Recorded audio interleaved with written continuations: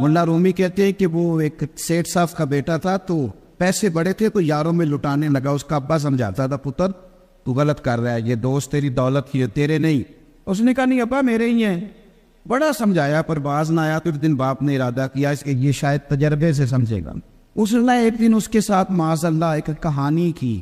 کہنے لگا پتر میں تو کنگال ہو گیا ہوں، کل کا دیوالیہ نکل گیا، شے کوئی نہیں.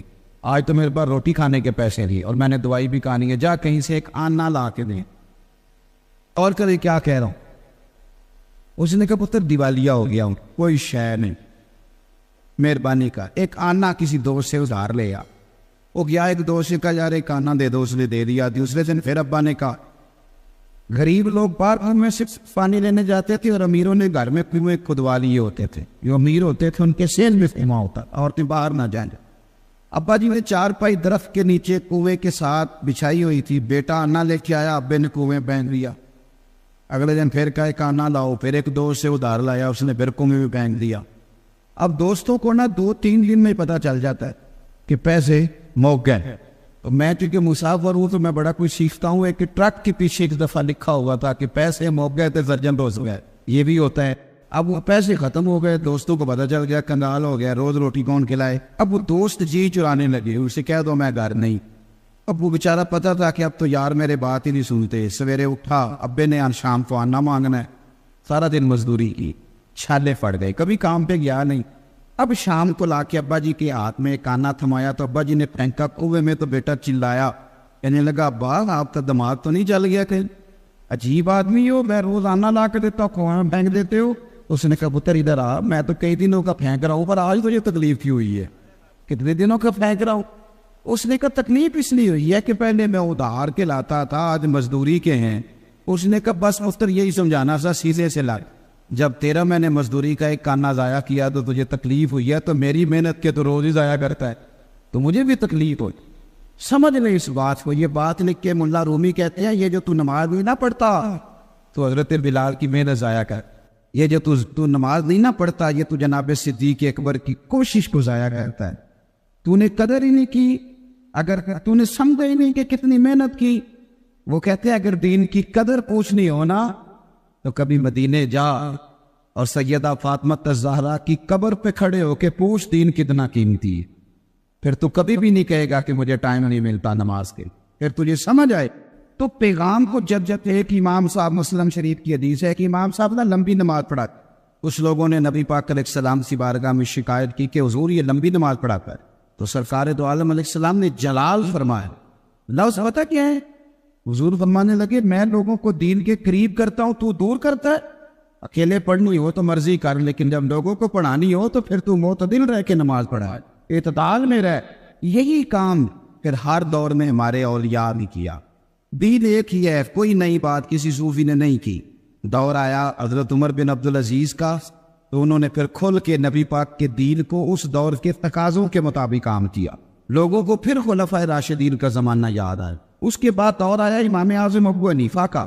تو اب لوگ پورا قرآن، پوری حدیث سارا نہیں پڑھ سکتے تھے تو آپ نے اس میں سے مسائل نکال کی، یعنی دین کو اس دور کے تقاضوں کے مطابق بنا کے لوگوں کو دی. میری بات میں سمجھ آ رہی ہے آپ حضرات؟ وقت بدلتا گیا تو دور آیا حضرت فاضل بریلوی.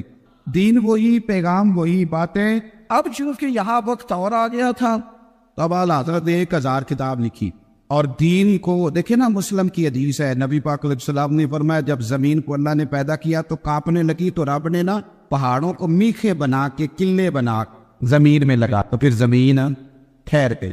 زمین سمجھ آ رہی ہے میری بات؟ اعلیٰ حضرت کے زمانے میں کچھ لوگوں نے یہ قول کیا کہ زمین کانپتی ہے تو آپ نے فرمایا جب میرے نبی نے کہہ دیا ٹھہر گئی ہے تو ہم کسی سائنسدان کی نہیں مانتے، مدینے والے رسول کی مانتے. تو آپ نے اتنی موٹی کتاب لکھی، مارکیٹ میں مل جاتی ہے، زمین ساکن ہے. زمین آپ نے گھولنا شروع کر دیا. وہی آپ کو سانو دے روز یونیورسٹی یہی گل پڑھا دے. اب ہمارے یہاں کچھ لوگ ایسے بھی آ گئے ہیں جو کھینچ کے نا اسلام کو سائنس کے مطابق کرنا چاہتے. اب تو سائنس بھی مان گئی ہے جی مسواک کے بڑے فائدے ہیں. تو میں کہتا ہوں سائنس نہ بھی مانے تو ہم سائنس کے پابند نہیں، ہم مدینے والے رسول کے پابند. یہ کوئی ضروری ہے کہ سائنس مان گئی؟ سائنس تو سویرے کچھ کہتی ہے اور شام کو کچھ اور کہہ دیتی ہے. سائنس تو روز بدلتی ہے، نہیں بدلتی تو مدینے والے کی بات نہیں بدلتی حضور کی بات. آپ غور کریں کیا عرض کر میرے عزیز. اعلیٰ حضرت بریلوی کے زمانے میں کچھ لوگوں نے کہہ دیا کہ کشش ثقل کا بھی ایک نظریہ ہے، زمین اپنی طرف چیزوں کو کھینچتی ہے، تو مسلمان کوئی اندھا نہیں ہے کہ جو اس کو سائنسدان کہیں گے یہ مان جائے گا، اس لیے کہ ہمیں سارا کچھ مدینے والے محبوب نے عطا فرمایا۔ انہوں نے کہا یہ کشش ثقل ہے، وجہ تو سائنسدان بیٹھا تھا درخت کے نیچے، تو کہتا ہے امرود بھی زمین پہ گرتا ہے، انار بھی زمین پہ گرتا ہے، آم بھی زمین پہ گرتا ہے، سیب بھی زمین، لہذا زمین چیزوں کو کھینچتی ہے۔ اب فرمانے لگے یہ کیا بات ہے، یہ تمہارا نظریہ غلط ہے، وجہ آپ فرمانے لگے وجہ یہ ہے کہ ہم قرآن و سنت کے خادم ہیں، اتنی جلدی کیسے مان جائیں گے؟ اس نے کہا جی دلیل توڑے۔ اعلیٰ حضرت فرمانے لگے آدھا کلو کا سیب تو کھینچ لیا زمین نے، لیکن غبارے میں 1.5 چٹان ہوا بھر دیں تو وہ زمین سے کھینچا نہیں جاتا، وہ اوپر اڑ جاتا ہے۔ یہ کس طرح کی کشش ثقل ہے، ہم نہیں مانتے اس کو۔ اس نے کہا پھر آپ بتائیں۔ تو اعلیٰ حضرت فرمانے لگے بتانے کی بات یہ ہے کہ زمین میں کشش کوئی نہیں، اصل بات یہ ہے کہ ہر چیز اپنی اصل کی طرف لوٹ جاتا ہے، ہر چیز اپنی سیب چونکہ زمین سے اگتا ہے تو زمین پہ گرتا ہے، آم چونکہ زمین سے اگتا ہے تو زمین پہ گرتا ہے، تو فرماتے ہیں ہوا کی اصل اوپر ہے، اس لیے ہوا بھر دے تو ہوا اس کو اوپر لے جاتی ہے۔ تو اصل بات کریں اس طرح اعلیٰ حضرت نے اس دور میں پائے جانے والے جتنے نظریات تھے، جتنے اعلیٰ حضرت نے اس پر باقاعدہ کتابیں لکھی۔ کچھ لوگ ایسے پیدا ہو گئے تھے جو قبروں کو سجدے کرنے لگ گئے تھا، اعلیٰ حضرت رحمۃ اللہ تعالیٰ نے فرمایا سجدہ ہر حال میں کسی غیر کے لیے کرنا حرام ہے، حرام ہے، حرام ہے، اور آخری جملہ اشد حرام ہے، اشد حرام۔ فرمایا سجدہ سوائے اللہ کو کسی کے لیے جائز دین وہی ہے، لیکن جہاں جس طرح کی قباحتیں آئیں اس طرح کا علاج بتایا۔ آپ فرماتے کہ قبر پر تم جاؤ گے تو 4 ہاتھ دور کھڑے رہ کے دعا مانگو۔ یہ میں بڑی ذمہ داری سے بات کہہ رہا ہوں، بڑی ذمہ داری سے۔ آپ کو بندہ کہتا ہے جی وہ فلانا بندہ ایسے کرتا ہے، تو ہم فلانے بندے کے کوئی ذمہ دار تو نہیں نا؟ میری بات کی سمجھ آ رہی؟ آپ کی اس مسجد میں نماز پڑھنے والا کوئی شخص معاذ اللہ مثال دے رہا ہوں، وہ جا کے کسی شخص کو معاذ اللہ ثم معاذ اللہ 2 ڈنڈے مار آتا ہے، تو کیا وہ یہ کہے گا کہ جمعے میں مولانا صاحب نے کہا تھا اس لیے مارے؟ یہ اس کا ساتھی فعل ہے، اس سے علامہ صاحب کا کوئی تعلق ہے؟ تو اگر کوئی بندہ آگے کہہ جی وہ آپ کا ہے جی نمازی، تو یہ تو کوئی بات نہ ہوئی۔ اب جی وہ تو آپ کی جماعت کا ہے، تو ہماری جماعت میں کوئی بندہ غلط کام کرتا ہے تو ہمارا اس سے کوئی لینا دینا نہیں۔ یہ کیا مطلب ہے اس بات کا؟ آپ سمجھ لیں چیزوں کو۔ اعلیٰ حضرت فرماتے قبر پہ جاؤ تو 4 ہاتھ دور کھڑے رہو اور دعا مانگو۔ فرماتے قبر کو سجدہ حرام ہے، طواف کرنا قبر کا حرام ہے۔ فرماتے چومنے میں ہاتھ لگانے میں اختلاف ہے، پر فقیر کہتا ہے، اعلیٰ حضرت کہتے ہیں فقیر کہتا ہے چومنے سے بھی بچو۔ بلکہ کسی نے کہا میں مدینہ جا رہا ہوں تو حضور کے روزے کی جالیاں چوم لو، کیا جواب ہے؟ اور یہ جواب صرف اعلیٰ حضرت ہی دے سکتے ہیں۔ کہ حضور کی جالیاں چوم لوں، تو فرمانے لگے تیرا منہ اس قابل ہے کہ نبی پاک کی جالیوں کو لگائے؟ حرم کی زمین اور قدم رکھ کے چلنا، ارے سر کا موقع ہے ہو جانے والا، تیرا منہ اس قابل ہے تو حضور کی جالیوں کو لگائے؟ جتنی قباحتیں اس دور میں پائی جاتی تھی اعلیٰ حضرت نے ایک ایک پر کتاب لکھی، رسالے لکھی۔ کچھ لوگ بیچارے انہوں نے کہہ دیا حضور کو تو دیوار کے پیچھے کا علم دے، اب یہ بہت بڑا ظلم ہے، اس لیے کہ اللہ کہتا ہے وَعَلَّمَكَ مَا لَمْ تَكُنْ تَعْلَمْ، محبوب آپ جو نہیں جانتے تھے سارا ہم نے آپ کو سکھا دیا ہے۔ تو اعلیٰ حضرت نے مکے میں بخار کے عالم میں بیٹھ کر 8 گھنٹے کے اندر اندر اتنی موٹی کتاب لکھی، نبی پاک کے علم غیب کی شان، الطولۃ المکیہ۔ تو پھر کچھ لوگوں نے کہہ دیا جی معاذ اللہ تعالیٰ حضور تو کر کچھ نہیں سکتے، یعنی شیطان کو اختیار ہے کہ وہ نیتوں کو بھی جان لے، یعنی میں شیطان نہیں جان دیتا، انہوں کے لیے دسے انہوں علم غیب ہے، یعنی اس کا مان لے۔ اور نبی پاک کے بارے میں اگر کہہ دینا یعنی شیطان نے روک دیا، وہ دل تک آ گیا، یعنی رب کے دشمن کو طاقت ہے اور رب کے حبیب کو طاقت ہی کوئی نہیں۔ یہ عجیب فلسفہ ہے نا۔ تو اعلیٰ نے اس پر بھی پوری کتاب لکھی علم والولا، حضور کے اختیارات پر۔ تو جہاں جہاں اس بندے نے جو کوتاہی کی فاضل بریلوی نے اس زمانے میں اپنے دور میں، اور چونکہ یہی دور تھا کہ 100 سال ہوئے، تو وہ نکھلا ہوا دین اعلیٰ حضرت نے ہمیں عطا فرمایا۔ آج بھی ضرورت اس عمر کی ہے کہ میں دیکھوں میں دین کے کتنا کام آ سکتا ہوں۔ میں 24 گھنٹوں میں اپنے لیے بڑا کچھ کرتا ہوں، آپ بھی اپنے لیے بڑا کچھ کرتے ہیں، لیکن دین نبی دا وان یتیمہ رووے تے کرلاوے تے آکھے کتھوں لبا عمر بہادر جیڑا مینوں سینے لاوے، کیونکہ یہ دین کا کام یہ بہرحال مشکل ہے۔ تو ذرا اس دور کو یاد کریں، جب کوئی پھول لے کے نہیں کھڑا بلکہ ابو لہب ہاتھ میں روڑے لے کے کھڑا ہے، اور میرے نبی پاک صلی اللہ علیہ وسلم عکاظ کی منڈی لگی ہے، منڈی، اور 2-4 لوگوں کو روک کے فرما دیں ادھر آؤ میری بات سنو، میں اللہ کا رسول ہوں، اور لا الہ الا اللہ تفلحوا، قولوا لا الہ الا اللہ تفلحوا، کہو اللہ کے سوا کوئی معبود نہیں، فلاح پا جائے۔ اور جب حضور یہ بات کرتے ہیں تو معاذ اللہ ابو لہب پتھر برساتا ہے، اور معاذ اللہ استغفر اللہ نقل کفر نہ باشد کہتا ہے میرے بھتیجے کی بات نہ سننا، یہ تو معاذ اللہ دیوانہ ہو گیا۔ اس کیفیت میں بھی سرکار رکتے نہیں، بلکہ حضور منڈیوں میں بھی جاتے ہیں، گلیوں میں بھی جاتے ہیں، باتیں بھی کرتے ہیں۔ جب مکے والوں پر تبلیغ کی، ان لوگوں نے اس کو اس ذوق سے قبول نہ کیا جائے ذوق سے کرنا چاہیے تھا، تو کسی جگہ آپ سرکار کو معاذ اللہ کوئی ایسی بات کرتے نہیں دیکھیں گے کہ جس میں یہ پریشانی ہو کہ اب یہ مان نہیں گئے، بلکہ میرے رسول پاک طائف تشریف لے گئے، آگے بڑھتے کسی اور کو پیغام دیتے، اور اس پیغام مصطفیٰ میں سرکار اس قدر زیادہ ذوق سے کام کرتے تھے کہ حضور طائف گئے تو طائف والوں نے پتھر مارے۔ یار میں کہہ دیتا ہوں آپ سن لیتے، کبھی غور کیا بھلا میں کیا کہہ رہا ہوں؟ یعنی ان لوگوں نے پتھر مارے، کیا کیا؟ بڑا سخت قسم کا داماد بھی ہو تو پھر بھی بیٹی کو پتھر نہیں مارتا، لیکن وہ خالی باتیں بھی کر دے تو بیٹی کا باپ بیچارہ ساری رات سو نہیں سکتا۔ انہوں نے جو باتیں کی وہ بھی کتابوں میں موجود ہے، بڑے سخت لفظ ہیں، ہم بیان نہیں کر سکتے، لیکن روڑے ہی مارے، اور اس زور کے ساتھ مارے۔ اس زور سے ایک ہوتا ہے پتھر کو مارنا اور ایک ہوتا ہے نشانہ باندھ کے اس تکلیف کے ساتھ مارنا کہ سرکار کے وجود سے خون نکل آیا۔ اب سرکار ایک باغ میں بیٹھے، پانی وانی پلایا، حضرت زید بن حارثہ عرض کرتے ہیں حضور ان کے لیے دعا کر دے، یہ غرق ہو جائیں، 2 پتھروں میں رکھ کے اللہ انہیں مسل دے۔ تو نبی پاک نے کیا دعا فرمائی، اور میں ہاتھ اٹھائے دے، حضرت زید بن حارثہ کہتے ہیں میرا خیال تھا آج یہ تباہ ہو جائیں گے، لیکن حضور نے دعا کیا کہ اللہم اہد قومی فإنہم لا یعلمون، کہا اللہ میری قوم کو ہدایت دے دے، انہیں پتہ ہی کوئی نہیں یہ کیا کر رہے ہیں۔ تو حضرت زید بن حارثہ نے کہا حضور آپ نے ان کے لیے دعا کیوں نہیں کی، یہ تباہ ہو جاتے۔ تو دیکھیں میرے نبی پاک کی امید، میرے رسول پاک کی امید دین کے تعلق سے اس طرح سی ہے، پیغام کو آگے لے کے جانے کے معاملے میں حضور کی امیدیں اتنی بڑی ہیں کہ سرکار کہنے لگے زید میں کیوں دعا کروں ان کے تباہ ہونے کی، اگر یہ نہیں مانتے تو تباہی کی دعا پھر بھی نہیں کریں گے، اگر یہ نہیں مانتے تو انشاءاللہ ان کی نسلیں مان جائیں، ان کی آنے والی نسلیں دین کو قبول کریں، جدوجہد کے ساتھ، کوشش کے ساتھ۔ آج ہمارے ہاں جو تبلیغ دین کے ذرائع ہیں ان میں جدوجہد نہیں ہے، ان میں کوشش نہیں ہے۔ کون سر جوڑ کے بیٹھتا ہے آج میٹنگ کرتا ہے کہ دین کیسے آگے پھیلایا جائے؟ ہمارے ہاں تو محفل کی میٹنگ ہوتی ہے، اور محفل کی میٹنگ میں بھی تلاش کیا جاتا ہے کہ کس نعت خاں کے نام پہ بندے اکٹھے ہو گئے، کون سا بندہ محفل میں آئے گا تو جس کی وجہ سے رش ڈلے گا، کس طرح کر کے ہم کوئی بڑا سا نظام چلائے۔ اور کیا بات تھی، بڑی محفل تھی، اچھا جی پھر کیا ہوا؟ کہنے لگے نعرے بڑے لگے ہوئے۔ وہ کمال ہے، آپ نے جدید تقاضوں کے مطابق 4.5 ارب کافر کو مسلمان کرنے کے لیے کیا منصوبہ بندی کی؟ وہ تو ایک مسلمان جا کے کسی گاؤں میں بیٹھتا تھا تو سارے کا سارا گاؤں، سارے کا سارا شہر مسلمان کر لیتا تھا، اور ہم تو یہاں 22 کروڑ مسلمان ہیں اور اتنے سارے عیسائی ہیں، وہ ہم سے مسلمان ہی نہیں ہو رہے، اتنے سارے عیسائی ہیں پاکستان میں، اس لیے کہ ہمارا وہ ذوق نہیں، ہماری وہ طبیعت نہیں۔ مولا علی شیر خدا رضی اللہ تعالیٰ عنہ کہتے ہیں میں نے خود نبی پاک علیہ السلام سے سنا کہ حضور فرمانے لگے اگر تیری وجہ سے ایک بندہ ہدایت پا گیا، کتنے جی بولیے؟ ایک بندے کو ہم اگر تیار کریں تو بزنس پارٹنر بھی تو بن ہی جاتا ہے، ایک کو تیار کریں کہ یار بڑی مجبوری ہے لاہور جانا ہے، تو میرے خیال ہے ایک بندہ تو لاہور جانے کو بھی تیار ہو ہی جاتا ہے۔ اگر مری جانے کا پروگرام ہوتا، میں نے کسی بھی نہیں دسیا، میں نے مجھے بھی پتا ہے میں مری جانا ہے تو فیملی سمیت بھی 2-4 فیملیاں تیار نہیں کر لیتے۔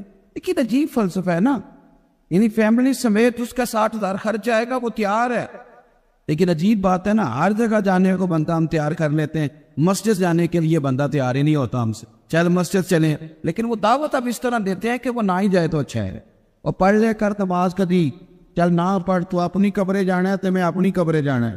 سبحان اللہ، یہ دین کی دعوت ہو رہی، اور اس طرح دین کی دعوت دیں گے۔ میں نے کچھ لوگوں کو اس طرح بھی دین بتاتے ہوئے دیکھا ہے، اور نماز پڑھ لے کر اتنے پیسے کہاں لے کے جانے ہیں، تو یہ ہم نے اسے نماز کا کہہ کے غصہ چڑھایا ہے، تو وہ کہتا ہے جا کام کر جا کے اپنا۔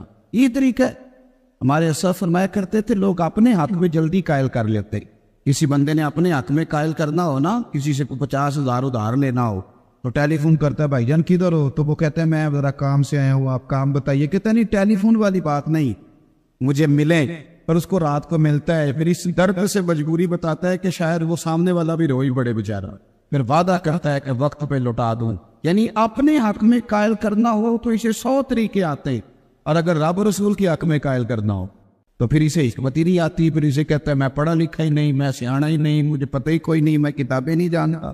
ہم نے وقت بتا دیا اس کام میں، لیکن میرے رسول پاک صلی اللہ تعالی علیہ وسلم نے لوگوں کو اللہ کے حق میں قائل کیا، صحابہ نے لوگوں کو اللہ رسول کے حق میں قائل، اور جدوجہد کے ساتھ قائل، اور وہ جس جگہ بیٹھے تھے وہاں انہوں نے کام شروع کر دیا، وہ جہاں بھی تھے، جس مقام پہ بھی تھے، جس رنگ میں بھی تھے۔ حضرت ابو بکر صدیق رضی اللہ تعالیٰ عنہ تاجر تھے، ان کے دوست بھی تاجر تھے، تو حضرت عثمان غنی بھی ان کی برکت سے کلمہ پڑھ کے مسلمان ہو گئے، حضرت عبد الرحمن ابن عوف بھی ان کی برکت سے کلمہ پڑھ کے مسلمان ہوئے، اس لیے کہ دین ان کا مشن تھا، انشراح صدر ہو گیا تھا۔ اب وہ کوشش کرتے تھے مذہب کے لیے، اب ایک دوسرے کو پیغام دیتے تھے، ایک دوسرے کو اسلام کی خوبیاں۔ ہمارے ہاں بھی ایک اور بھی رٹا ہے، لوگ کہتے ہیں جی میرے دائیں بائیں سارے لوگ غلط ہیں، گناہوں کا دورہ ہے، تو دین پر عمل کرنا بڑا مشکل ہے۔ تو میں اکثر پوچھتا ہوں کہ حضرت صدیق اکبر کے دائیں بائیں سارے نیک ہی تھے، حضرت عمر کے دائیں بائیں سارے ولی اللہ رہتے تھے، وہاں تو مشرک بستے تھے، بت پرست بستے تھے، لیکن ان بت پرستوں کے بیچ جٹ کے بھی وہ اذانیں بھی پڑھا کرتے تھے، نمازیں بھی پڑھا کرتے تھے، رب رسول کو راضی بھی کیا کرتے تھے۔ تو ہم ساری پلاننگ کرتے ہیں، آپ یقین کریں ساری منصوبہ بندی اب لوگوں نے باقاعدہ فیکٹریوں میں، کارخانوں میں وہ لوگ بٹھا لیے ہیں جو پروڈکٹ یہ تیار کریں گے، وہ اس کو میڈیا پہ دیں گے کہ ہم یہ بناتے ہیں، وہ پوری دنیا میں رابطہ کریں گے، اور پھر اس کے لیے اب میں زیادہ تو نہیں جانتا لیکن مجھے پتہ ہے کہ تاجر اگر ویزا کسی ملک کا لینا چاہے تو اسے ویزا بھی آسانی سے ملتا ہے، اس لیے کہ اس نے جو بنایا ہے وہ اس نے آگے پہنچانا تھا۔ پھر اگر اسے پتہ چل جائے نا کہ دکان تھوڑی سی اس کا میک اپ صحیح کرے تو دکانداری زیادہ چلتی ہے، تو لوگوں نے کیا ہے، شیشے لگانے پڑے تو لگائے، پھر دکان میں اے سی لگانا پڑا تو، حالانکہ اس سے مہنگائی بڑھی ہے لیکن وہ سارے کام کیے لوگوں نے۔ اب تھوڑا سا لوگوں نے کہا کہ جناب وہ آپ کمپیوٹرائز بل بنائیں، تو کھاتے ساری زندگی بنانے والوں نے بل بنانے بھی شروع کر دیے۔ اب ہر چیز آپ نے جو دنیا کے نئے سے نئے مطالبات تھے وہ سارے پورے کیے، لیکن مصرفی لوگوں نے تبلیغ دین کے لیے ذرائع استعمال کرنے سے انکار کر دیا۔ انہوں نے کہا نہیں بس ٹھیک ہے، محرم آیا تھا میں اپل کر تو نہیں تھی، میلاد شریف آئے گا پھر کر لیں گے، پھر اس کے بعد حضور غوث پاک کا دن آئے گا پھر کر لیں گے۔ سارا کام برکت کے لیے نہیں کریں۔ آپ یہ دیکھیں کہ کون سا ذریعہ کس وقت مؤثر ہے، اس ذرائع کے مطابق دین کو آپ لے کے چلے۔ نبی پاک صلی اللہ علیہ وسلم کو نا اپنے دین سے بڑا ہی پیار ہے۔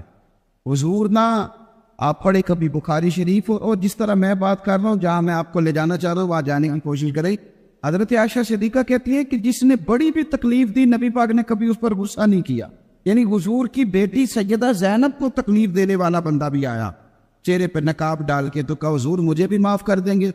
تو نبی پاک نے فرمایا بیٹیاں بھولا نہیں کرتی، پر تو کلمہ پڑھ میں تجھے بھی معاف کرنے کو تیار۔ یعنی ذات یہ نہیں ہے، کبھی ناراضگی نہیں، غصہ نہیں، کچھ نہیں۔ لیکن سیدہ عائشہ صدیقہ رضی اللہ تعالیٰ عنہ فرماتی ہیں جب کوئی دین کی حد توڑتا، وہ دین اسے حضور نے لوگوں تک پہنچایا، جب بھی اس کی مخالفت کرتا حدود توڑتا، فرماتی ہے پھر میں نبی پاک کو جلال میں دیکھتی، پھر حضور غصہ فرمایا، پھر جلال کر۔ ایک چیز آپ نے بڑے پریم سے بنائی ہو نا، مولانا رومی نے ایک مثال لکھی ہے، وہ کہتے ہیں کہ ایک سیٹھ صاحب کا بیٹا نا پیسے اڑانے لگ گیا تھا۔ سیٹھوں کے بیٹے زیادہ کامیاب نہیں ہوتے، مزدوروں کے بیٹے سیٹھ بن جاتے ہیں، اور سیٹھوں کے بیٹے کئی دفعہ ہر چیز گھر میں ملتی ہے نا۔ ایک میرا اور بھی چھوٹا سا تجزیہ آپ اختلاف کر سکتے ہیں، اس لیے کہ یہ میری ذاتی بات، ایک میرا تجزیہ اور بھی ہے۔ مزدوروں کے بچے پڑھ جاتے، جن کے گھر میں سہولتیں زیادہ ہوتی ہیں وہ پڑھتے ہیں۔ ایک تو انہیں یہ پتا ہوتا ہے کہ میرے ابا کا چلتا چلاتا کاروبار ہے، وہ سیدھا سیدھا میں ہی گدی نشین ہوں، ہے نا جی، سیدھا سیدھا۔ اور آپ کو پتہ ہے گدی نشینی بھی اب بڑی عام چیز ہے، سیاست میں بھی گدی نشینی، تجارت میں بھی گدی نشینی، پیری مریدی میں بھی۔ توجہ ہے نا میری بات پر؟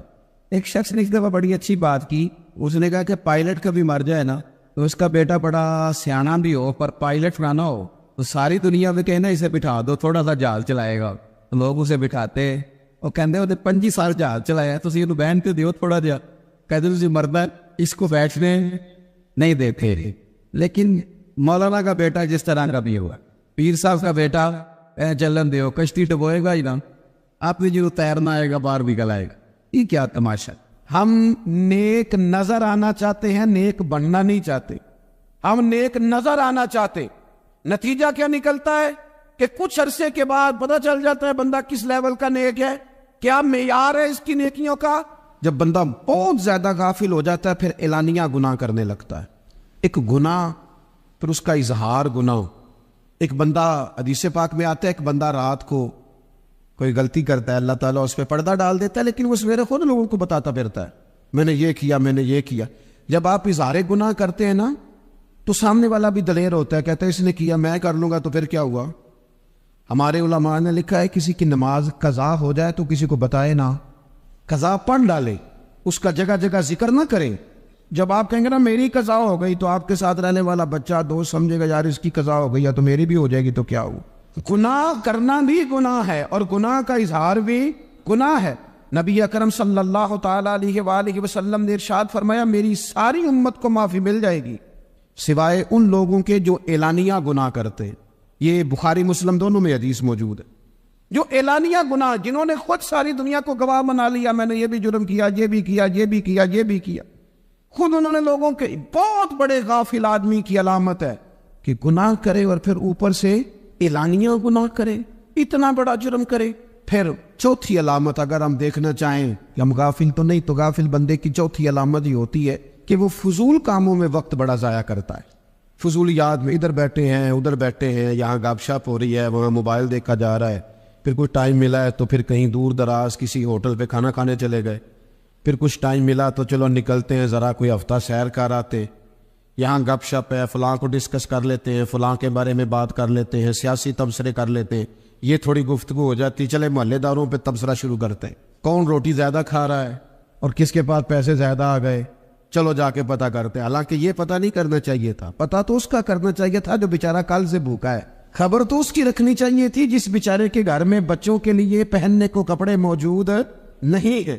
اس پر تبصرہ یہ کرتے ہیں کہ یہ محنت کیوں نہیں کرتے، اور اگر کسی پر اللہ عطا کر دے پھر حساب ضرور لگاتے ہیں کہ ذرا معلومات کرو یہ اتنی جلدی آگے کیسے نکل گئے. غافل بندے کی علامت ہے وقت کا ضائع کرنا اور فضول کاموں میں ضائع کرنا اور بلا وجہ ضائع، اور ایسے سوالات کرنا جن کی ضرورت ہی کوئی نہیں، بالکل ضرورت ہی نہیں، کوئی مطلب بھی نہیں، لیکن ہم لوگ وقت ضائع. یہ غفلت کی علامت. غفلت اللہ والوں کی علامت کیا تھی؟ ایک بات انہوں نے زندگی میں لے لی، سیکھ لی، پھر ساری زندگی اسی پہ گزار دی.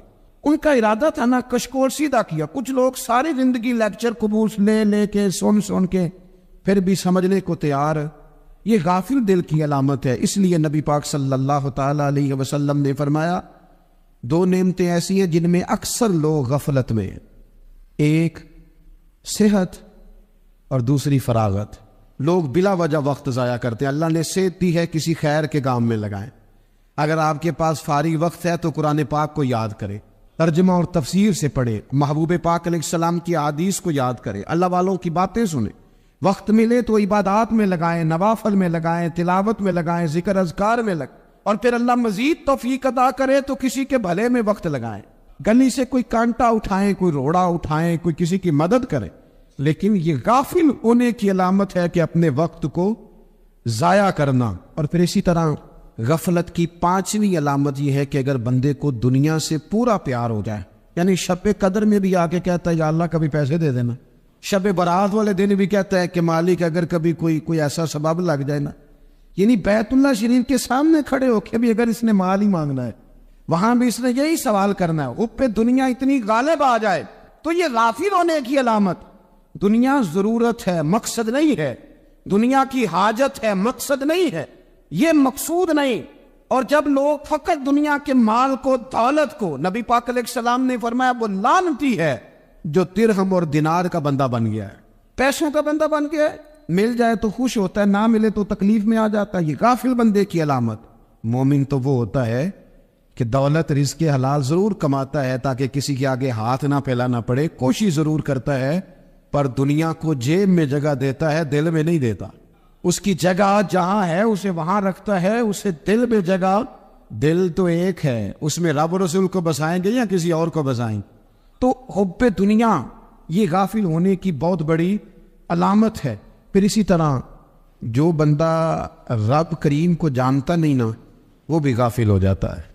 ایک تو جو یہ نہیں نہ جانتا کہ رب کریم سزا دے گا، مجھے دیکھ رہا ہے، اسے نہ اونگ آتی ہے نہ نیند آتی ہے۔ جو اس کی معرفت نہیں رکھتا کہ میرا رب ہر وقت مجھے دیکھ رہا ہے، وہ بھی غافل ہو جاتا ہے۔ جسے پتہ ہونا کہ مجھے دیکھ رہا ہے وہ غافل نہیں ہوتا۔ اور جو یہ سمجھ لیتا ہے نا کہ شاید معاذ اللہ ثم، اس یقین کو پکا نہیں کرتا، وہ غافل ہو جاتا ہے۔ اور ایک جو یہ نہیں نہ جانتا کہ رب مہربان کتنا ہے، وہ بھی غافل ہو جاتا ہے۔ مجھے بتائیے، سب سے زیادہ تو بندہ اس کے دروازے پہ جاتا ہے نا جو سب سے زیادہ مہربانی کرنے والا ہو، اس دروازے سے بندہ اٹھتا ہی نہیں۔ تو جس کو یہ یقین ہو جائے نا سب سے زیادہ کرم فرمانے والی ذات اللہ رسول کی ہے، وہ کبھی رب رسول سے غافل نہیں ہوتا، وہ کبھی اللہ رسول کا دروازہ چھوڑ کے نہیں جاتا، وہ کبھی کسی اور جگہ جا کے پناہ تلاش نہیں کرتا۔ جسے پتہ چل جائے نا وہ کریم کتنا ہے، مہربان کتنا ہے۔ مولانا رومی رحمت اللہ علیہ فرماتے ہیں بہت بڑا مجرم تھا ایک بندہ، بہت بڑا گناہگار تھا، بت کو پوجتا تھا، تھک گیا، ساری رات بت کے سامنے کھڑا تھا، معاذ اللہ یا صنم یا صنم یا صنم کہتے، تھک گیا، نیند آ گئی، اونگ آ گئی۔ جب پوری طرح نیند آ گئی اور دماغ پہ نیند قبضہ کرنے لگی تو اس کے منہ سے نکل گیا، صنم صنم کہہ رہا تھا نا، نکل گیا یا صمد، او بے نیاز مالک۔ رب کریم نے فرشتوں سے فرمایا دوڑ کے جاؤ، جو کہتا ہے اسے دے دو۔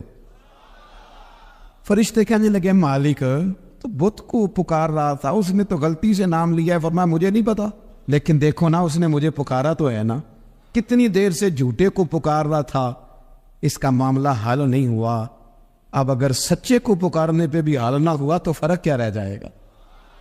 دے دو جو مانگتا ہے، دے دو۔ میرے دوست گر پتہ چل جائے وہ کریم کتنا ہے، وہ مہربان کتنا ہے۔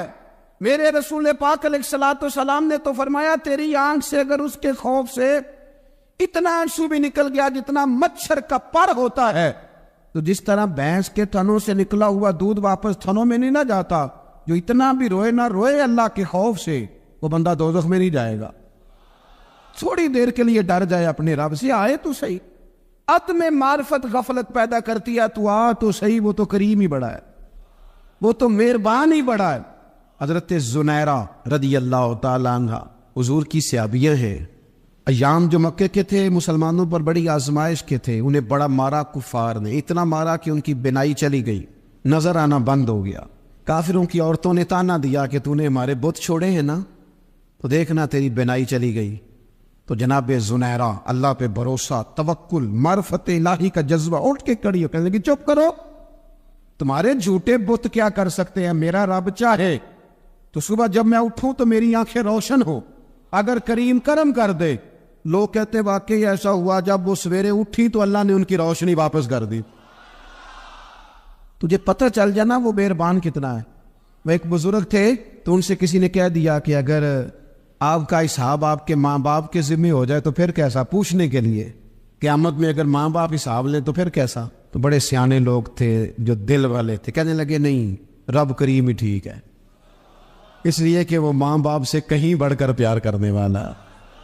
اگر یہ معرفت مل جائے وہ کریم کتنا ہے، اور جب بندہ پوری طرح اس کی بارگاہ میں آ کے تڑپ جاتا ہے نا، مولا میں جاؤں کدھر، تیرا دروازہ چھوڑ کے جاؤں کدھر۔ اقبال کہتے ہیں وہ ایک سجدہ جسے تو گراں سمجھتا ہے، 1000 سجدوں سے دیتا ہے آدمی کو نجات۔ تجھے جگہ جگہ جھکنا نہیں پڑے گا اگر تو صحیح معنوں میں اپنے رب کی بارگاہ میں جھک جائے۔ تو میرے عزیز کوشش کرے کہ اس کی معرفت، اس کا کرم، اس کی عطا اور اللہ تبارک و تعالیٰ کے حاضر و ناظر ہونے پر عین الیقین، حق الیقین حاصل کرے۔ اور پھر غافلوں کی صحبت بھی بندے کو غافل کر دیتے۔ غافلوں کی صحبت میں نہ بیٹھے، ان کی صحبت میں بیٹھے، ان کے پاس بیٹھنے سے دل میں رب رسول کی محبت پیدا ہوتی۔ غافلوں سے بچیں۔ چنگیاں دے لڑ لگی ساں تے چولی چ پھل پئے، تے جدوں میں پیڑیاں دے سنگ رل گئی تے میرے اگلے بھی ڈول گئے۔ برے آدمی کی صحبت بندے کو غافل کر دے۔ غافلوں کی صحبت میں کبھی نہ بیٹھے، کبھی نہیں۔ غافل آدمی آپ کو غافل کر دے گا۔ میرے نبی پاک علیہ الصلوۃ والسلام نے فرمایا انسان اپنے دوست کے مذہب پر ہوتا ہے۔ یہ بہت بڑے لفظ ہیں۔ فرمایا المرء علی دین خلیلہ، انسان اپنے دوست کے مذہب پر ہوتا ہے۔ تو دیکھ تو نے دوست کس کو بنایا ہے، جو تیرے دوست کا مذہب ہوگا وہی تیرا ہو جائے گا۔ ہم نے دوست بنایا نا غوث پاک جیلانی کو،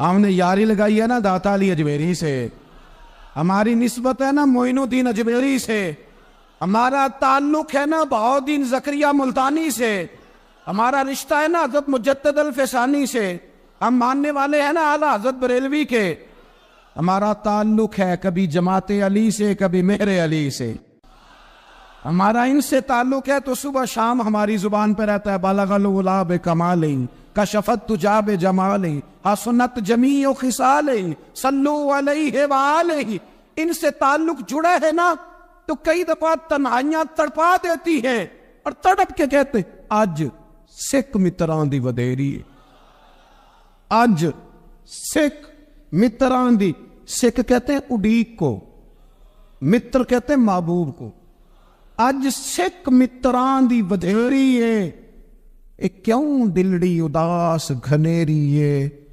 لو لو وچ شوق چنگیری ہے، اج نینا لائیاں کیوں جھڑیاں، سبحان اللہ سبحان اللہ سبحان اللہ۔ پہلے کہتے ہیں سکھ متران دی ودھیری ہے یعنی اداس ہو، پھر حضور کے جلووں پہ نظر کرتے ہیں، کہتے ہیں سبحان اللہ سبحان اللہ، ما اجمل کا ما احسن کا ما اکمل کا، اور پھر فوراً کہنے لگے او کتھے مہر علی، او کتھے مہر علی، کتھے مہر علی، کتھے تیری سنا، اب دیکھو مشتاق اکھیں کتھے جاڑیاں، بالغ العلا بے کمال کشفت تجا بے، اور میرے اعلیٰ حضرت کہنے لگے سرور کہوں کہ مالک و مولا کہوں، باغ خلیل کا گلے زیبا کہوں تجھے، تیرے تو وصف عیب تناہی سے ہیں بری، حیران ہوں میرے شاہ میں کیا کیا کہوں۔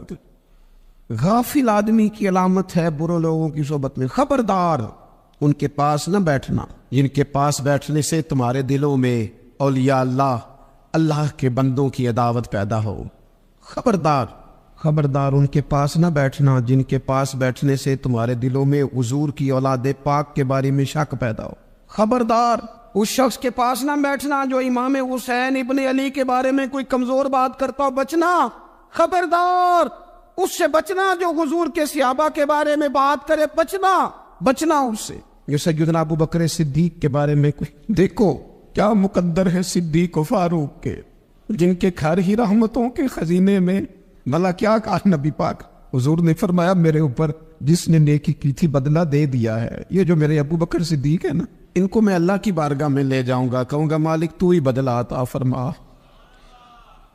ایک ہاتھ میں جناب صدیق کا ہاتھ پکڑا، ایک میں حضرت عمر کا ہاتھ پکڑا، اور حضور مسجد نبوی سے باہر آ رہے ہیں، دیکھنے والے کی زبان سے بے ساختہ سبحان اللہ نکل گیا، کیا شان ہے کیا مقدر ہے۔ تو حضور علیہ السلام رک گئے اور روک کے فرمایا تو حیران ہو رہا ہے نا، تو حیران ہو رہا ہے نا کہ میں نے ایک ہاتھ میں ابو بکر کو پکڑا ایک میں عمر کو پکڑا ہے، فرمایا قیامت میں جب میری قبر کھلے گی تو میں اسی طرح قبر سے نکلوں گا، اس طرح میدان محشر میں میں آؤں گا، خبردار حضور کے وفادار، ان کے وفادار رہنا، ان کے وفادار رہنا، ان کے وفادار رہنا۔ بڑا عجیب دور آیا ہے، ہم نے یہ دور دیکھا ہے کہ لوگ حضور کے صحابہ کے بارے میں بھی بات کریں گے، اب نبی پاک کی اولاد پاک کے بارے کو بھی ڈسکس کیا جائے گا۔ اپنا منہ تو دیکھ، اپنی حیثیت دیکھ، اور پھر وہ بندے دیکھ جن کو اللہ نے چن کے اپنے محبوب کی غلامی کے لیے حضور کے قریب بٹھایا ہے۔ تو بچنا ایسے لوگوں سے، پرہیز کرنا، خبردار عقیدہ ستھرا رکھنا، عقیدہ ستھرا رکھنا، صاف رہنا، پاکیزہ رہنا، غافلوں کی صحبت سے بچنا۔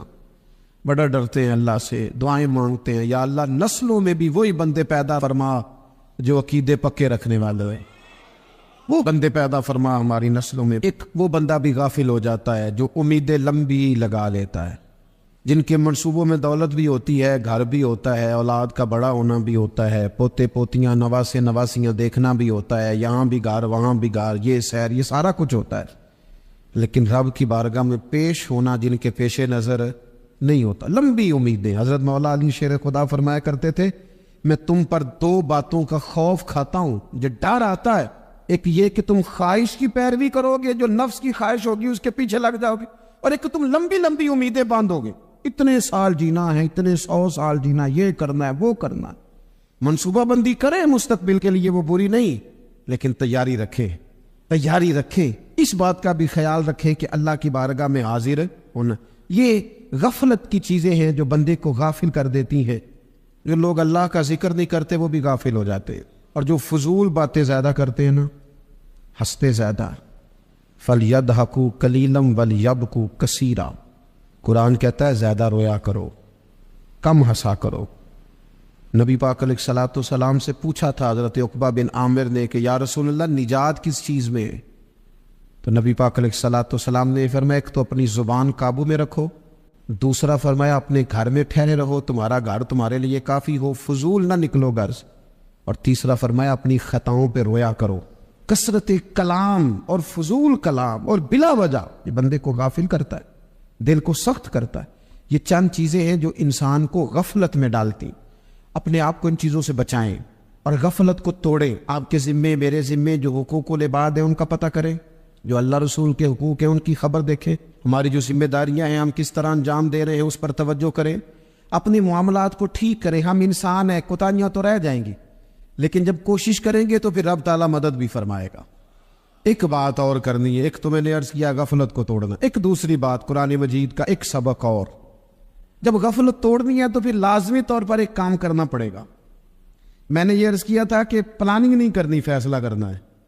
تو فیصلہ کرنا ہے تو کرنا کیا ہے؟ پھر قرآن حکیم نے سورہ بقرہ میں کہا فَاسْتَبِقُوا الْخَيْرَاتِ، یعنی تم نیکیوں کی طرف دوڑو، جلدی جلدی نیکیاں کرو، فٹافٹ، دیر نہ کرو۔ فٹافٹ سے مراد یہ نہیں کہ نیکی جلدی جلدی کر جاؤ، یعنی ٹال مٹول نہ کرو خیر کے کام میں، کل کریں گے، پرسوں کریں گے، عمرہ کر رہے ہیں پھر نیکی ہیں، حج کر رہے ہیں پھر نیکی ہیں، بچے بیال ہوں پھر میں نیک ہوں، یہ تھوڑا سا یہ کام ٹال مٹ۔ فَاسْتَبِقُوا الْخَيْرَاتِ، نیکیوں کی طرف دوڑو، جلدی کرو، بھاگو۔